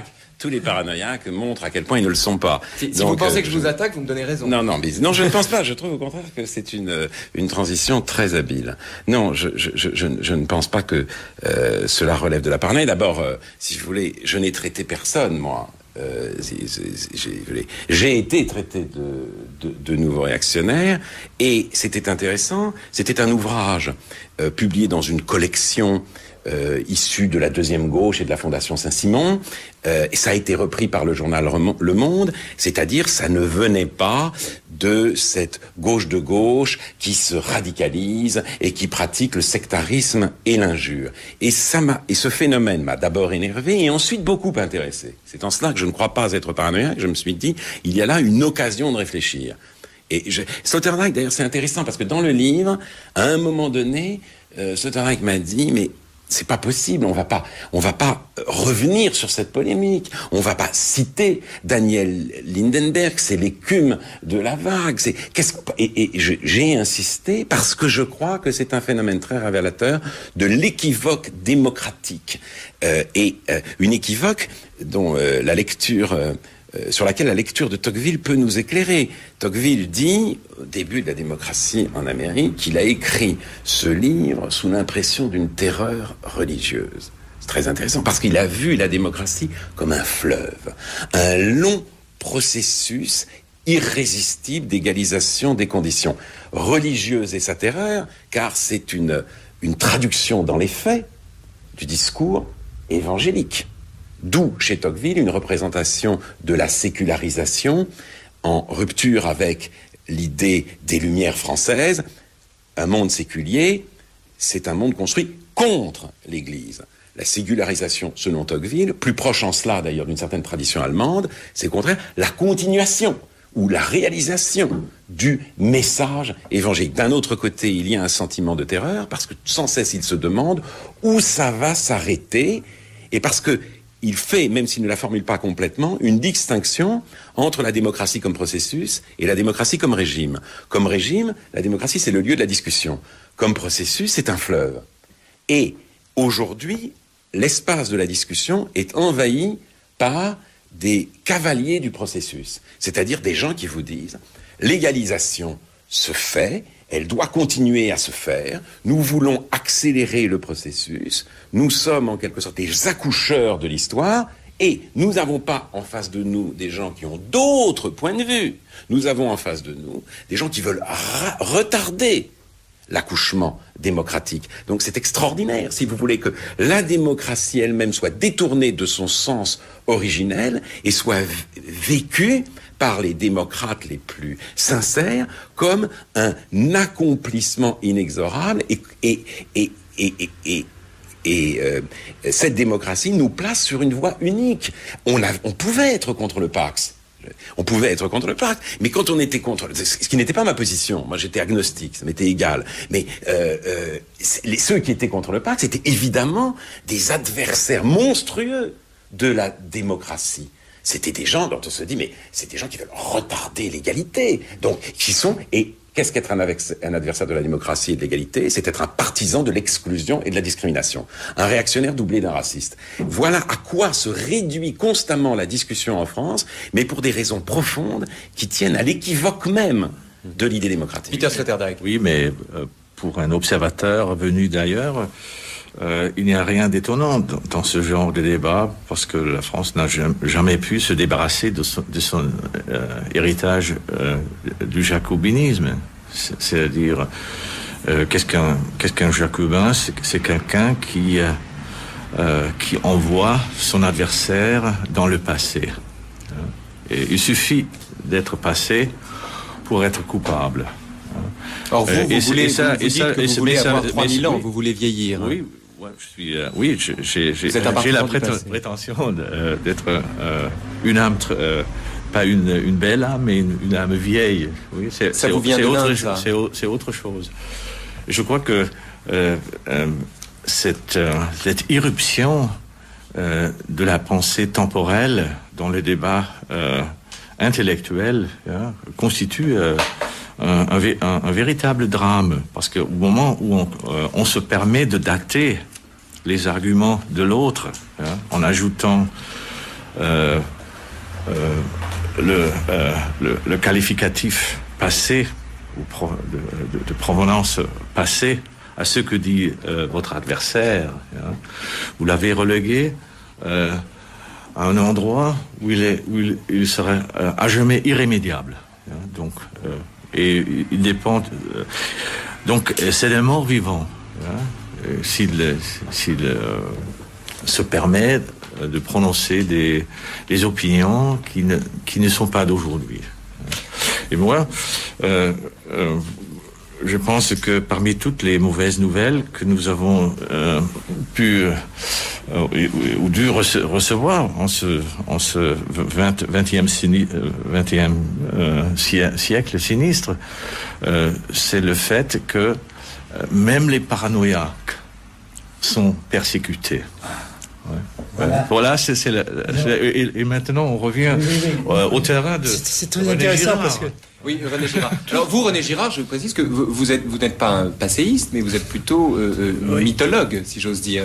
Vous vous intéressez plus aux fondations originelles qu'à l'histoire. Oui, on pourrait définir la psychanalyse au fond comme un effort pour persuader le monde que personne n'est persécuté et que tout le monde croit en une persécution imaginaire. Aujourd'hui, nous sommes en train de vivre une transformation énorme parce que toute persécution devient réelle. N'est-ce pas ? Et nous entrons dans un monde où on est en concurrence pour occuper la position de la victime qui est devenue la position la meilleure, la plus formidable sous le plan de la propagande, etc. Nous ne nous rendons pas compte à quel point ceci est unique dans l'histoire de l'univers, qu'il n'y a aucun précédent pour ceci. Ceci est très présent dans le livre que vous avez terminé. Et à mon avis, par conséquent, ce livre est toujours en bordure du religieux. Il est toujours sous-tendu, d'une certaine manière, par une réflexion religieuse qui, malgré tout, n'est pas là. Parce que dans les débats en France sur le religieux, et je constatais encore dans le numéro du débat là, que j'ai lu entre Marcel Gauchet et Régis Debray, il y a malgré tout, et c'est peut-être un peu vrai dans votre livre, une pétition de principe qui reste fondée sur les Lumières et l'univers des Lumières. Et c'est qu'il ne peut pas y avoir de vérité, au fond, dans le religieux.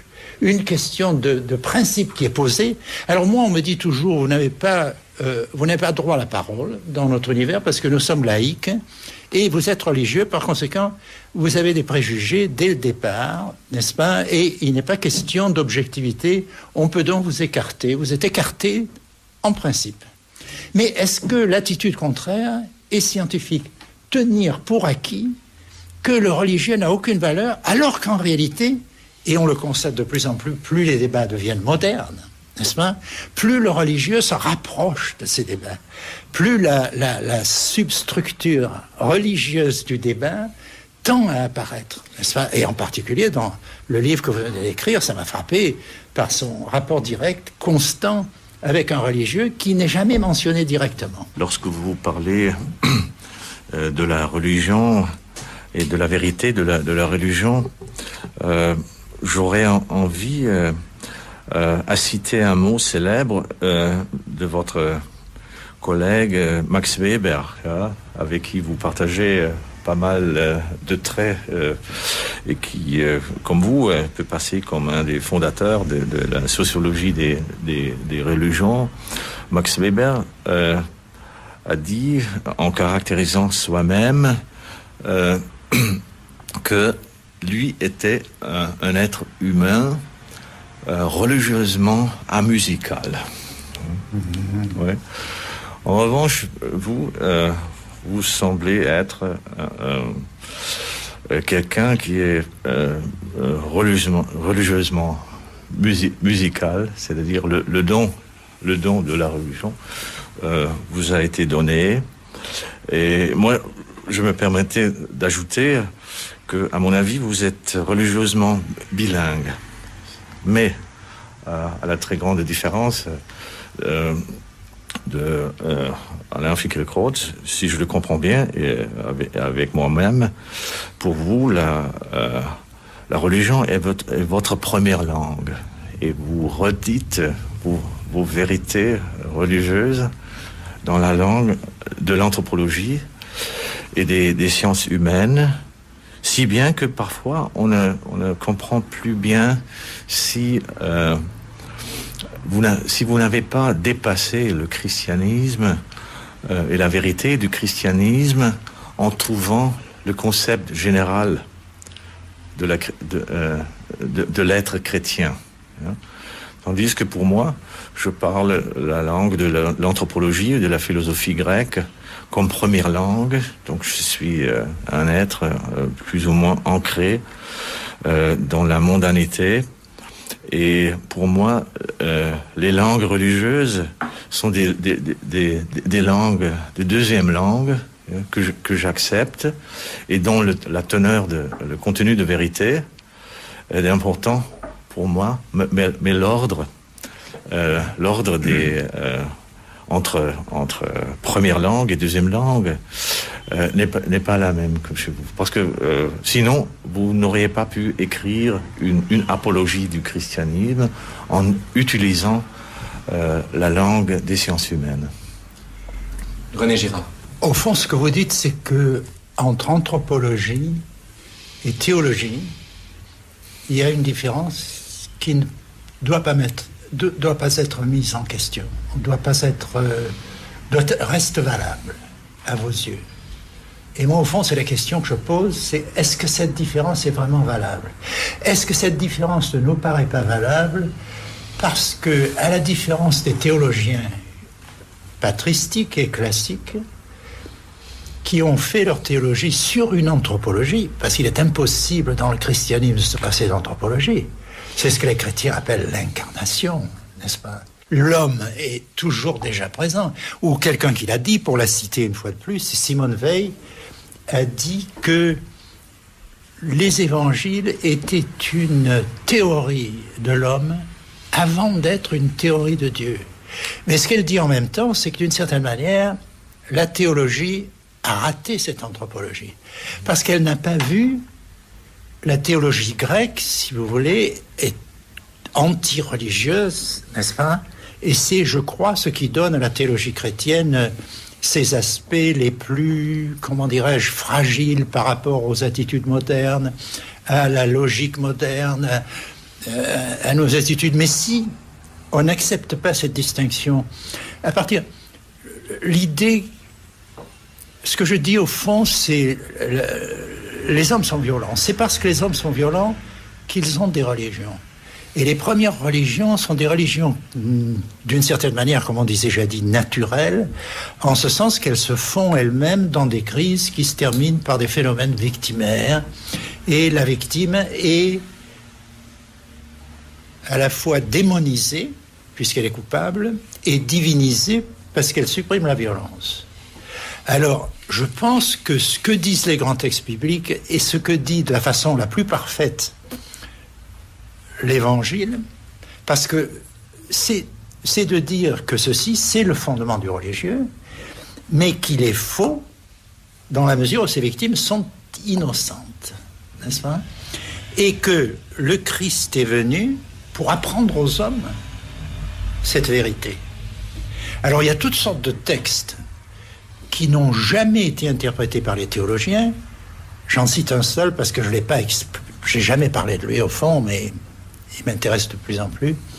C'est un texte qui se trouve déjà dans les psaumes, n'est-ce pas?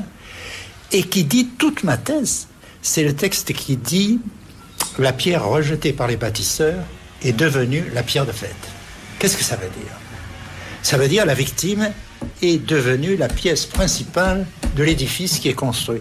Comment cette phrase est vraie pour les religions archaïques à un certain niveau, dans l'illusion de la culpabilité, de la méchanceté du Dieu. Le biblique corrige sans cesse cette phrase dans la négation de la culpabilité du Dieu et dans une affirmation de la culpabilité des hommes, au fond, par rapport à ce type de religion, qui fait qu'ils avancent de plus en plus si vous voulez, à mon avis, vers une autre conception du religieux. Et que le non-religieux, entre les deux, est une vision imparfaite. Oui. Mais à ce qui paraît, vous créez une nouvelle alliance entre le savoir religieux et le savoir anthropologique moderne. Et comme le christianisme, dans sa première période, était fondé sur l'alliance avec la philosophie grecque, aujourd'hui, vous remplacez la totalité, la quasi-totalité des savoirs grecs par une conception plus riche de la nature humaine, une vision contemporaine, et c'est-à-dire vous introduisez une deuxième langue pour enrichir le savoir chrétien. Ah oui. Est-ce qu'on peut s'exprimer ainsi ? Peut-être, mais d'une certaine manière, je dirais que c'est pas une deuxième langue. Vous voyez, il y a toujours deuxième langue. Les théologiens n'apprécient pas ce que je fais parce qu'ils trouvent que c'est trop anthropologique. Vous acceptez l'anthropologie et la face religieuse, vous dites non. Alors c'est un peu le contraire est la même chose, je dirais. Oui, parce que je ne suis pas tellement sûr de ma musicalité religieuse. Alain Finkielkraut, est-ce que vous êtes un religieux musical ? Non. Je ne peux pas dire que je ne suis pas plus sûr que Sloterdijk de Bar musicalité religieuse. Et il est clair que la religion n'est pas ma première langue. Quelquefois, je le regrette, car même je le regrette dans le langage des Lumières. Nulle ignorance n'est utile, disent des Lumières, et notre ignorance du religieux, aujourd'hui, à la plupart d'entre nous, cette ignorance est abyssale. Et j'espérais d'ailleurs que le soudain intérêt pour le fait religieux qui se manifeste sous nos climats avait pour but de combler cette ignorance. C'était un but, un objectif culturel de très haute valeur, car si nous comblons cette ignorance, nous pouvons reprendre contact avec un héritage qui, malgré tout, a été façonné par le religieux. Les plus grands artistes avaient la religion pour première langue. Bien, je n'ai aucun, cela dit, ça ne me choque pas d'entendre René Girard mettre la barre un peu plus haut et dire si la religion est intéressante, c'est peut-être parce qu'il y a en elle de la vérité. Mais nous n'en sommes pas là avec l'intérêt actuel pour le fait religieux. Il ne s'agit ni de se poser la question de la vérité du religieux, ni même de reprendre contact avec un patrimoine englouti, avec une Atlantide. Il s'agit d'une, sous couleur de scientificité, d'une œuvre, d'une entreprise édifiante. Parce qu'au bout du compte, qu'est-ce qu'on nous dit ? Eh bien, on nous dit qu'il y a un invariant religieux, qu'il y a un feu sacré qui consume les uns et les autres. Au nom de cette idée d'invariant religieux, et René Girard y a fait référence tout à l'heure, on ne fait même pas on en vient à ne pas faire de différence entre la religion des islamistes radicaux et la religion américaine. Alors même que si les Américains ont une mission, ou se croient avoir une mission divine, c'est de répandre la démocratie sur la terre, autrement dit la laïcité. Donc, bref, mais donc on est plutôt dans l'espace de l'homogénéisation. Et pourquoi ? Parce que nous avons un problème avec l'islam. Nous disons que si nous faisons preuve de bonne volonté, nous allons résoudre ce problème, puisque le mal ne peut venir que de nous. Et faire preuve de bonne volonté, c'est diffuser la bonne nouvelle suivante dans les classes. Il y a un invariant religieux, il y a un feu sacré. Nous sommes tous des musulmans comme les autres. Ils ont leur djihad, nous avons une croisade. Ils ont les kamikazes ou les bombes humaines. Nous, dans la Bible, il y a eu Samson et les Philistins. Donc, il n'y a pas de quoi s'énerver. C'est partout pareil. Et là, j'y vois un désamorçage, donc édifiant, et j'y vois une grande occasion manquée. Parce que je trouve que il faudrait avoir la capacité théorique de penser les différences aujourd'hui. Moi, ce qui me passionne, c'est même dans ces religions du livre, c'est ce qui les différencie. Pourquoi se distinguent-elles? Pourquoi, même pour dire les choses avec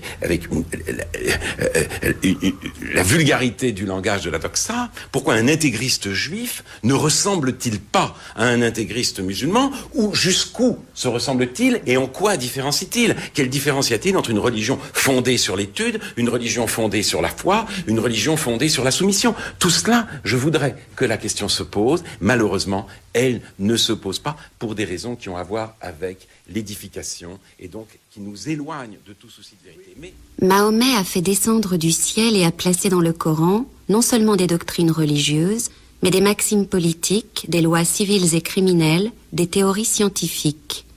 L'Évangile ne parle au contraire que des rapports généraux des hommes avec Dieu et entre eux. Hors de là, il n'enseigne rien et n'oblige à rien croire. Cela seul entre 1000 autres raisons suffit pour montrer que la première de ces deux religions ne saurait dominer longtemps dans des temps de lumière et de démocratie, tandis que la seconde est destinée à régner dans ces siècles comme dans tous les autres. Tocqueville, de la démocratie en Amérique. Les grands textes du début de la Bible sont des textes qui humanisent d'une certaine manière les dieux mythiques. Joseph, lorsque les frères reviennent et voient Joseph habillé en pharaon, puisqu'il est le Premier ministre, ils le prennent sans doute pour un dieu. Mais la Bible leur dit non, Joseph n'est pas plus Dieu. Joseph est un homme innocent que vous avez condamné à tort, etc. Et maintenant, ne l'idolâtrez pas à tort. Par conséquent, cette humanisation est toujours présente dès les parties les plus anciennes de la Bible. Mais là, je voudrais vous poser une question plus précise. Oui. Vous voulez introduire des différences, vous ne gênez pas pour le faire. C'est d'autant plus, si vous voulez, digne d'éloge que, effectivement, ce n'est pas politiquement correct. Le politiquement correct, j'ai essayé de le définir à gros traits. Mais il y a un problème malgré tout, et là je rejoins peut-être Sloterdijk, parce que vous nous montrez qu'avec le christianisme, la Bible et puis son épanouissement chrétien, au fond, la victime a été réhabilitée. C'est le parti pris de la victime face à sa bouc émissarisation. Seulement là, deux problèmes se posent pour moi. Une fois que la révélation est faite, alors il n'y a plus besoin de Dieu. Mais qu'est-ce qu'une religion qui a toute son... qui n'existe que dans l'anthropologie?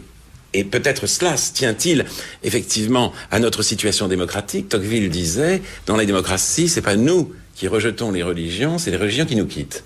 Elles nous quittent, l'au-delà nous quitte, et donc... Il y voyait un danger. Il y voyait un danger, et en même temps, il y voyait... la religion américaine comme d'un danger, justement, de pragmatisme, d'intégration du phénomène religieux par le pragmatisme. Mais il y voyait aussi un processus inexorable, et je remarque que chez René Girard, il y a une anthropolisation du religieux, et si je pense maintenant à Lévinas, cette idée que l'idée de Dieu ne vient pas dans la formule « je crois en Dieu », mais dans la trace de l'autre, c'est déjà quelque chose comme un judaïsme où l'on pourrait presque se passer de Dieu. Premier problème. Deuxième problème, alors là, il est d'ordre politique. Le parti pris des victimes, c'est bel et bon, mais ça ne résout rien. Je pense au conflit israélo-palestinien, où chacun peut, si vous voulez, revendiquer d'une certaine manière le titre de victime, et est-ce qu'il ne faudrait pas justement sortir de la victimologie? Vous avez besoin du religieux pour sortir de la victimologie, parce que la victimologie actuelle est une mauvaise utilisation du judaïsme et du christianisme. C'est d'ailleurs pourquoi elle est en perpétuel chassé-croisé entre les juifs et les chrétiens, et vous avez parfaitement raison d'essayer de montrer, si vous voulez, ce chassé-croisé, ce que vous faites dans le livre présent. Mais vous avez besoin précisément de la vérité de la révélation de la victime, afin de montrer la fausseté de ces pseudo-révélations, de ces efforts de prendre le biblique et le chrétien sur leur gauche, vous voyez, auxquels nous assistons en ce moment, et qui ne peuvent se définir exactement que par rapport au judaïque et au chrétien. Alors ça m'intéresse d'autant plus, évidemment, que c'est radicalement œcuménique, dans la mesure où on peut montrer très concrètement que les textes judaïques et chrétiens les plus grands, ceux dont nous nous souvenons le plus, le serviteur souffrant, etc., sont toujours des textes qui révèlent, n'est-ce pas, la victime dans son innocence et dans sa capacité, n'est-ce pas, de révéler le mensonge des phénomènes victimaires autour d'elle, n'est-ce pas, qui ne peut pas ne pas être pertinent à la situation actuelle. Autrui en tant qu'autrui n'est pas seulement un alter ego. Il est ce que moi, je ne suis pas. Il l'est non pas en raison de son caractère ou de sa physionomie ou de sa psychologie, mais en raison de son altérité même. Il est, par exemple, le faible, le pauvre, la veuve et l'orphelin, alors que moi, je suis le riche ou le puissant. On peut dire que l'espace intersubjectif n'est pas symétrique. L'extériorité de l'autre n'est pas seulement due à l'espace qui sépare ce qui par le concept demeure identique, ni à une différence quelconque selon le concept qui se manifesterait par l'extériorité spatiale. La relation de l'altérité n'est ni spatiale ni conceptuelle. Durkheim a méconnu la spécificité de l'autre, quand il demande en quoi autrui, plutôt que moi-même, est l'objet d'une action vertueuse. Entre la charité et la justice, la différence essentielle ne tient-elle pas à la préférence de la charité pour l'autre, alors même qu'au point de vue de la justice, aucune préférence n'est plus possible? Emmanuel Lévinas, Le temps et l'autre. Alain Finkielkraut, il y a presque 30 ans, en juillet 1974, le tout jeune Alain Finkielkraut que vous étiez, agrégé de lettres modernes, entre dans une librairie du boulevard Saint-Michel à Paris et tombe sur Totalité et Infini, donc de Lévinas, dont vous ne connaissiez alors que les lectures talmudiques. Et vous êtes à ce moment-là émerveillé. Vous avez, si j'ose dire, une révélation en découvrant Lévinas. Et dans la conversation que vous avez avec Peter Sloterdijk, dans Les battements du monde, Peter Sloterdijk résume la pensée d'Emmanuel Lévinas en une expression très forte et simple en même temps, qui est « après vous, monsieur ». Une formule de politesse très simple. C'est une citation lévinasienne. C'est une citation lévinassienne. Ouais. Et mais est-ce que après vous, monsieur, qu'on peut tirer de Lévinas, qui donc pense le visage de l'autre dans son altérité radicale et dans sa transcendance, est-ce que cette après vous, monsieur, ne s'applique pas justement au phénomène que vous pouviez décrire de masochisme moralisateur consistant à dire ça n'est pas la faute de l'autre, nous n'avons pas d'ennemis, nous sommes les artisans de ce qui nous arrive, en somme, après vous, monsieur, ce que vous faites par la violence, c'est que vous exprimez des droits que nous vous avons trop longtemps ôtés par la colonisation, par exemple. Bien sûr. Est-ce qu'il n'y a pas une interprétation de Lévinas qui peut aller dans ce sens-là? Bien sûr.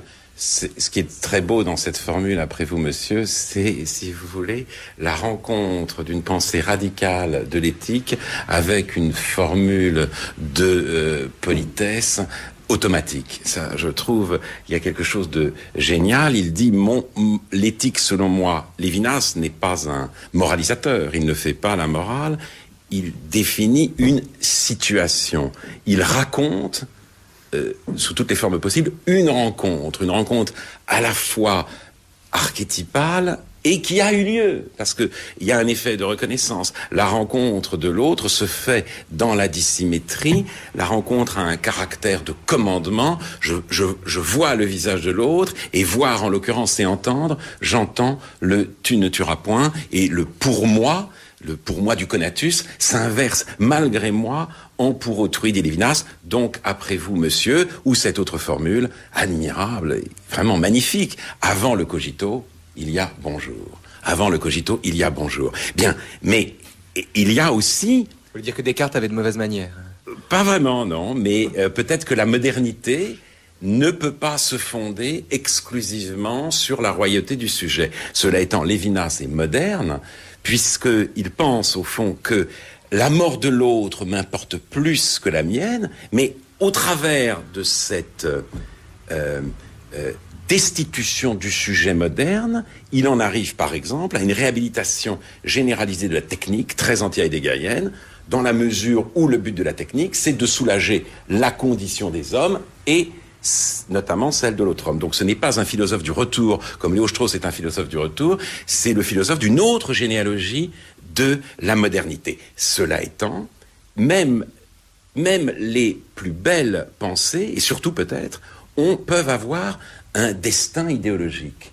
Et il y a un destin idéologique de la pensée de Lévinas, de l'éthique selon Lévinas, une réduction, c'est-à-dire une lecture de la réalité politique dans les termes de ce rapport éthique entre moi et l'autre. Or, Lévinas veut lui-même nous mettre en garde contre cette réduction, toujours possible, en disant il y a aussi le tiers. Dans le visage du Proustien, lui le tiers. Et donc, de la responsabilité, il faut aller au problème. La philosophie est justifiée comme sagesse de l'amour, ce qui veut bien dire que l'amour lui-même a besoin de sagesse. Il peut y avoir une folie de l'amour, folie du masochisme moralisateur. C'est-à-dire, la question forcément se pose, qui est l'autre ? Ce qui peut se traduire en termes gérardiens. Si l'on tient à la victime, la question se pose, qui est la victime ? Et la question se pose toujours à nouveau frais, d'où la nécessité d'une sagesse pratique, d'une intelligence qui, selon Lévinas d'ailleurs, se retrouve aussi dans le Talmud. C'est sa manière à lui de réintroduire le Talmud dans la pensée. Que dit-il du Talmud ? C'est la lutte avec l'ange. Le Talmud n'est qu'exploration de situations concrètes. Pourquoi ?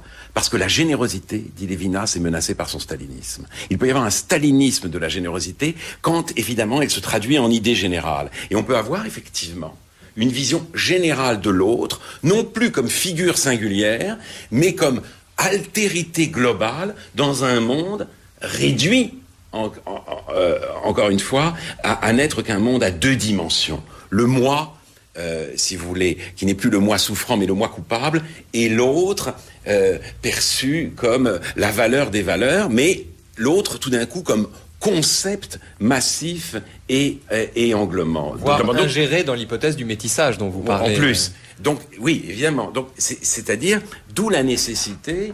Il y a une époque où il fallait exposer la pensée de Lévinas parce qu'elle était confidentielle. Maintenant, il faut la soustraire à une espèce, en effet, de bavardage lévinassien. René Girard. Justement, la question qui se pose, c'est pourquoi la pensée de Lévinas est-elle vulnérable à cette utilisation idéologique ? Alors, vous parlez tous les deux, au fond, dans mon cas, d'anthropologisation du religieux. Mais à mon avis, c'est un point de vue beaucoup trop étroit, n'est-ce pas, dans la mesure où c'est une séparation universitaire entre des disciplines. Et les théologiens font la même chose lorsqu'ils m'accusent de ne pas parler suffisamment de théologie. Mais en réalité, le théologique ne devrait pas être distingué. Ce qui apparaît, si vous voulez, si on prend au sérieux ce que je dis, c'est le fait qu'il y a une carence extraordinaire des théologies chrétiennes dans la mesure où elles ont été obligées de se fonder sur la philosophie grecque à partir de Platon.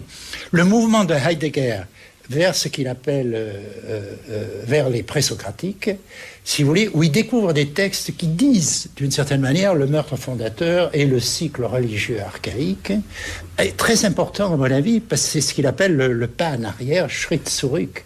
Je dis, il faut faire un second pas en arrière et pas s'arrêter aux présocratiques et retourner vraiment à la mythologie. Et là, on s'apercevra qu'on a affaire, littéralement, à du biblique, renversé du biblique qui ne se révèle jamais. Pourquoi vous dites que Lévinas est vulnérable ? Ah non. Je dis la pensée est vulnérable à son utilisation idéologique. La pensée est vulnérable parce que, si vous voulez, elle est très susceptible de se transformer en idéologie rapidement. N'étant pas fondée sur une anthropologie réelle du religieux, justement. C'est ce que je dirais moi-même. Je pense que la réaction négative à mon travail vient du fait qu'il est difficile de contourner cette anthropologie précisément pour faire de ce que je dis une idéologie. Peter Sloterdijk. Oui, je crois que ce que vous venez de dire s'est produit aux États-Unis et la réception américaine du lévinasianisme prouve parfaitement que cette victimologie générale peut conduire à des conséquences aberrantes. Moi, je dirais, peut-être en mettant un peu les pieds dans le plat, que ce qui nous manque pour sortir de la victimologie, c'est une autre sagesse. C'est une sagesse grecque, pour le coup, qui n'est pas la sagesse de Platon, qui est la sagesse tragique. Je crois que... ça, c'est nietzschéen. Et c'est aussi camusien, vous voyez. C'est pas un philosophe que les nietzschéens aiment nécessairement à citer. Oui, mais enfin, ils peuvent s'entendre. Bon, mais il y a une conférence que Camus a prononcée à Athènes, justement, sur la tragédie. Et il donne la définition hegélienne de la tragédie, Antigone, les deux côtés qui ont raison, en même temps, deux droits qui s'affrontent et qui ont quelque chose d'insurmontable. Il dit, il y a une allergie grandissante à la tragédie aujourd'hui et une préférence toujours plus marquée pour le mélodrame. Voilà.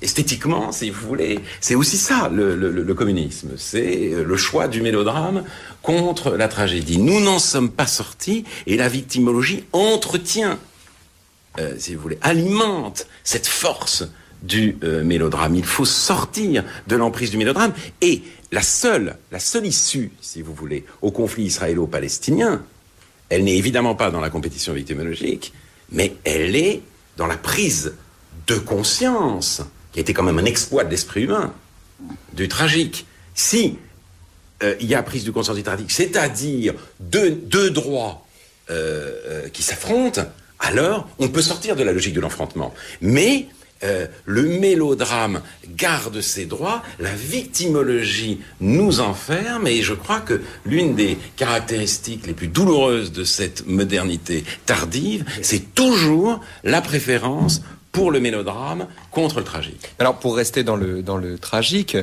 tragique par lequel vous entendez cette position, enfin, c'est des positions antagonistes qu'il serait illusoire de réconcilier. Dans la conférence que Camus donne à Athènes, que vous citez dans Les Battements du Monde, vous citez ce passage, vous dites « Antigone a raison, mais Créon n'a pas tort. De même, Prométhée est à la fois juste et injuste, et Zeus qui l'opprime sans pitié est aussi dans son droit. La formule tragique par excellence serait « tous sont justifiables, personne n'est juste ». C'est pourquoi le cœur des tragédies antiques donne toujours des conseils de prudence.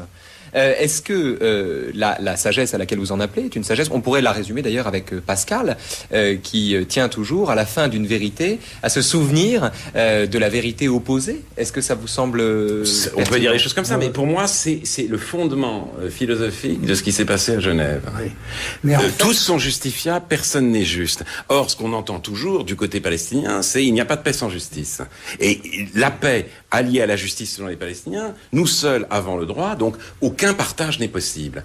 Tous sont justifiables, personne n'est juste. Alors, la réconciliation, justement, peut avoir lieu. On sort de la tragédie par la conscience du tragique, et tout est fait aujourd'hui, précisément, pour que cette conscience n'émerge pas. Mais sur le plan culturel, on peut vous répondre que la tragédie est un point très instable et très court de lutte absolue entre des opposés qui vont vers la décomposition totale d'Athènes.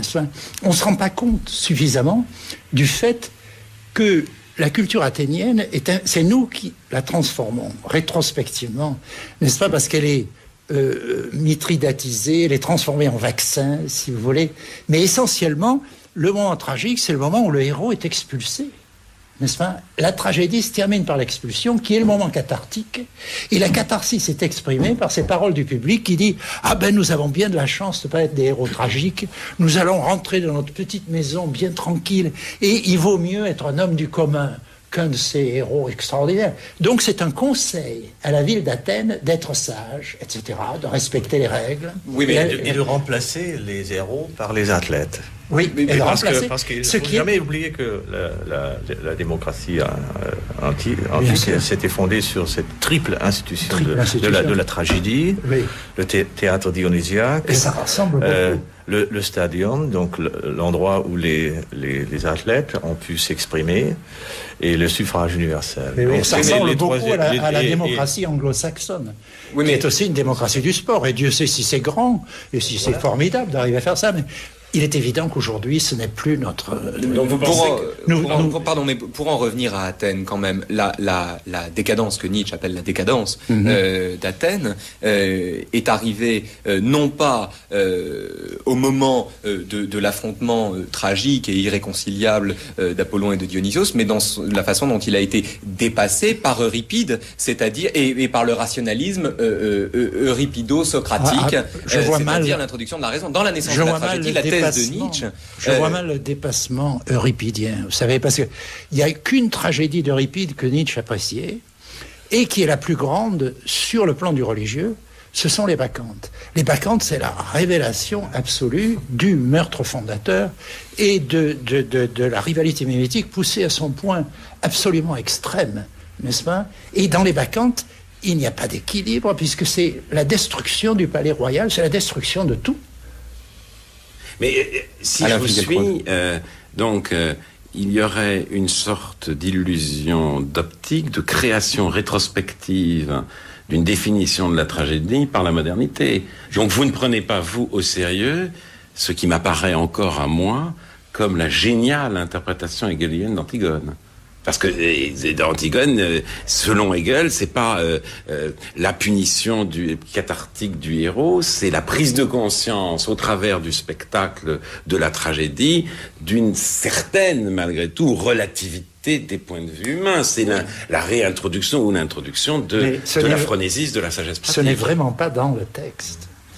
Oui, mais si vous disposez déjà du concept du dilemme, ou d'une théorie des dilemmes, une dilemmatique, on peut peut-être même se passer de la référence à la tragédie. Parce que la dilemmatique, c'est la forme généralisée de ce que la tragédie grecque a découvert. C'est-à-dire, mais un dilemme appelle la réconciliation. Vous diriez, Peter, que la tragédie l'a découvert quand même, cela.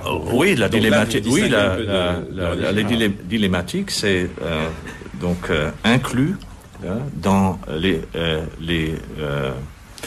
dans la dramaturgie de la tragédie, parce que l'homme dans l'impasse, c'est exactement celui qui doit choisir sans pouvoir choisir, et la décision est faite par la force, dans un sens ou dans l'autre. Et je crois que la sagesse moderne consiste précisément en ceci que on garde en mémoire la leçon de la tragédie, tout en essayant de faire de la tragico-comédie, c'est-à-dire une dilemmatique contemporaine. Est-ce que dans ce débat que vous avez sur la question du tragique, il n'y a pas en jeu également la question de l'agir et du penser? Je veux revenir un instant sur la première fois où vous vous êtes rencontrés tous les deux, Alain Finkielkraut et Peter Sloterdijk. C'était à Weimar en 91, et comme vous le racontez l'un et l'autre, c'est très bien raconté d'ailleurs, et c'est émouvant même. Donc c'est en 91, et Alain Finkielkraut, vous étiez pour une fois inquiet voilà, intranquille, dirais-je, et vous aviez été frappé ce jour-là par la sérénité qui se dégageait du visage de Peter Sloterdijk. Et dans les battements du monde, on retrouve le prolongement de cette expérience-là dans vos deux discours. Je m'explique. Peter Sloterdijk, vous dites très souvent, vous faites une critique, une sorte de profession de foi anti-sartréienne, une critique de l'engagement. Vous dites l'engagement implique une participation à la souillure. Il y a là-dedans quelque chose de très difficilement viable pour un intellectuel. On comprend peu à peu, dites-vous, qu'on ne se trouve plus sur cette grande colline des généraux permettant une vue d'ensemble sur la totalité du terrain. Et après, vous dites, quant à nous, nous sommes devenus des gladiateurs malgré nous. Et à quoi Alain Finkielkraut répond que la contemplation, chez vous, est toujours impure, dérivée, qu'elle n'est pas sa propre cause, et que s'il vous arrive d'être intelligent, c'est sous le coup d'un choc. Alors, est-ce qu'il n'y a pas dans ce texte finalement une différence cruciale entre vous deux qui tiendrait à d'un côté chez vous, Alain Finkielkraut, le sentiment qu'on ne peut pas faire abstraction du monde, et chez vous, Peter Sloterdijk, la nostalgie platonicienne. Vous parlez même à un moment d'un espace sanctuarisé où on ne laisserait pas entrer les agéométroi, ceux qui ne sont pas géomètres, donc l'académie de Platon. Est-ce qu'il n'y a pas donc d'un côté l'impossibilité de se soustraire au monde, et de l'autre côté la nostalgie d'un état où l'esprit serait détaché des turpitudes d'ici-bas? Alors, en tout cas, il y a une hostilité commune à la formule sartréienne de l'engagement. Et cette hostilité, elle parcourt les battements du monde. Nous essayons d'y réfléchir, et à un moment donné, d'ailleurs, j'exhume un texte admirable et totalement méconnu de Paul-Louis Landsberg, intellectuel juif converti au catholicisme, émigré d'Allemagne, et qui en 37, je crois, publie dans Esprit une théorie de l'engagement. Le mot n'avait pas cours alors, où il dit c'est une décision pour une cause imparfaite.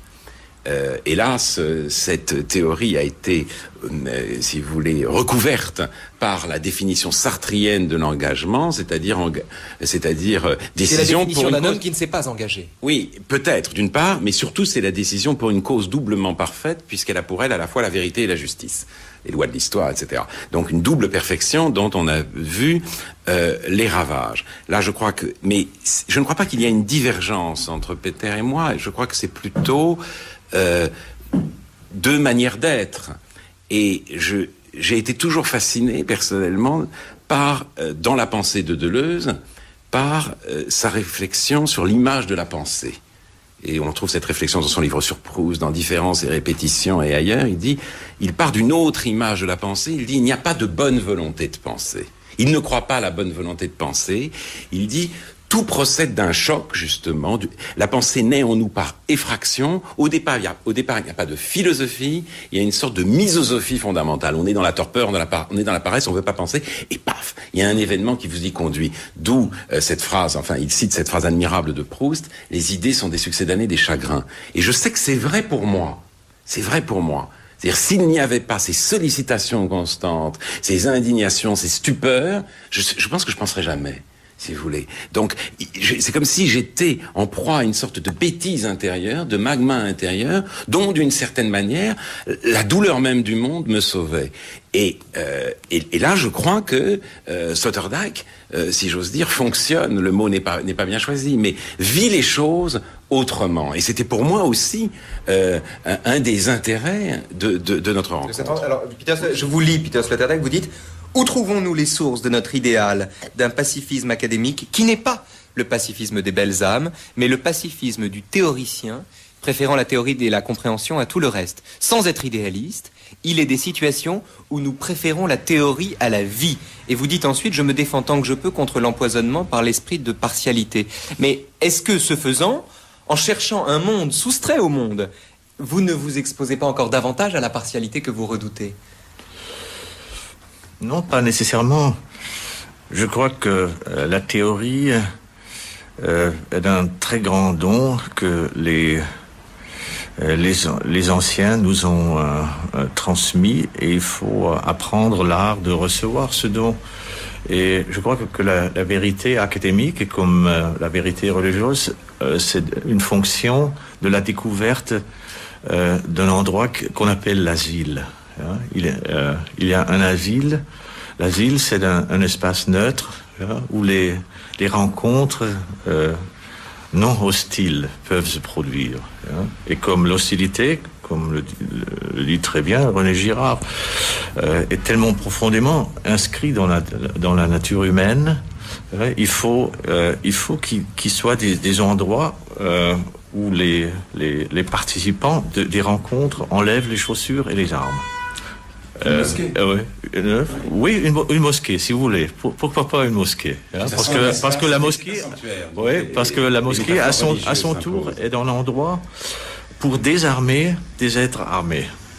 Et c'est ce que j'appelle, avec un terme grec, l'asile de vérité. Et il faut toujours essayer de renouveler cette paix vigoureuse de l'asile. Et un monde où la fonction d'asile aurait été entièrement abolie, où les transactions interparanoïaques ont envahi tout le monde, et les combattants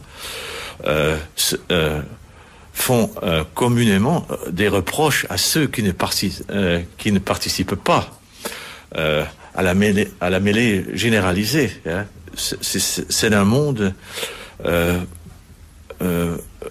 dont il faut tout simplement immigrer. Donc, et je crois que l'attitude de la philosophie ici-bas. Oui, ici-bas, il y a... Juste un exemple, on est ici, on enregistre cette émission et on entend les bruits de la rue. Oui, ici-bas, mais dans notre conversation, cet espace d'asile se reconstruit. Parce que le pacifisme profond de notre volonté d'argumenter reproduit cet espace, cette terre d'asile où la liberté de l'esprit peut renaître. Donc on est libre que dans cette sorte de résurrection. C'est pour ça que j'ai formulé ce parti pris pour l'académie. C'est aussi une métaphore pour l'asile. Je me trompe peut-être, mais je sens le texte de Hamlet derrière cette réflexion sur l'asile. Non. Vous savez, il y a le moment où le fils de Polonius vient parler au roi et se propose pour tuer Hamlet et propose de le faire dans l'église. Et alors le roi, qui lui-même est meurtrier, est terrifié à l'idée. Parce qu'il y a quand même en lui quelque chose de vieux jeu, de traditionnel, qui perpétue le droit d'asile seulement par tradition. Et il y a quelque chose de tout à fait extraordinaire comme révélation de la nature du personnage, vous voyez. René Girard, est-ce que vous partagez ce sentiment d'une forme d'insularité de l'individu qui pense et écoutez, comme condition de la liberté de penser? Je crois que tous les trois, nous avons eu beaucoup de chance d'avoir cet avantage de nous trouver dans des situations existentielles et professionnelles où nous avons joui de ces possibilités. Mais je ne pense pas qu'aujourd'hui on puisse en faire une espèce de forteresse à partir de laquelle on pourrait penser. Parce que ce droit est plus que menacé, n'est-ce pas? Et il est en train d'être détruit au fond. Et c'est cette destruction qu'il nous faut penser. Oui, c'est pour ça que notre livre s'appelle Les battements du monde. Oui, mais d'un autre côté, j'ai le sentiment qu'il y a en Sloterdijk la force, la vigueur, justement, de dessiner, en quelque sorte, cet asile.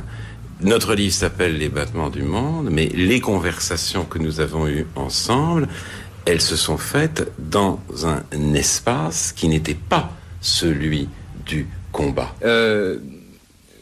René Girard, cette neutralité comme condition finalement d'une intelligence ou d'une compréhension du monde dans ce qu'il peut avoir de tragique, c'est-à-dire éventuellement d'irréconciliable. Est-ce que finalement elle n'est pas acquise par la position d'un penseur qui certes est en retrait dans sa position de penseur, qui donc pense, isolé en un sens, mais qui en même temps le fait au moyen de la littérature, c'est-à-dire du récit avant de le faire au moyen de l'argumentation rationnelle. Est-ce que la littérature n'est pas, à l'intérieur même du retrait du penseur, la condition de possibilité d'une ouverture accrue au monde ? Oui, mais là je répondrai, ça dépend de quelle littérature. Je pensais à celle que vous citez, c'est à vous que je pensais. Oui, donc, oui. Non, mais alors là je suis tout à fait d'accord. J'ai l'impression que... Il n'y a pas une valeur ajoutée dans la littérature. Il y a une valeur ajoutée, si vous voulez, par rapport à la valeur perdue que sont les compartiments des sciences de l'homme, n'est-ce pas? C'est pas du tout la même chose que d'écrire un livre sur Staline. Vous parlerez de son éducation, puis de ce qu'il a fait, etc. Mais si vous essayez de faire une pièce de théâtre sur Staline, ce que personne, je pense, n'a jamais essayé de faire, vous vous trouverez devant une impossibilité formidable de représenter ses rapports avec sa fille, les diverses femmes qu'il a connues, etc. Mais cet échec justement montre la puissance potentielle de la littérature. Si on arrivait à vraiment écrire une pièce valable sur Staline, on en saurait plus que tout ce que nous apportent les livres d'histoire, d'une certaine manière.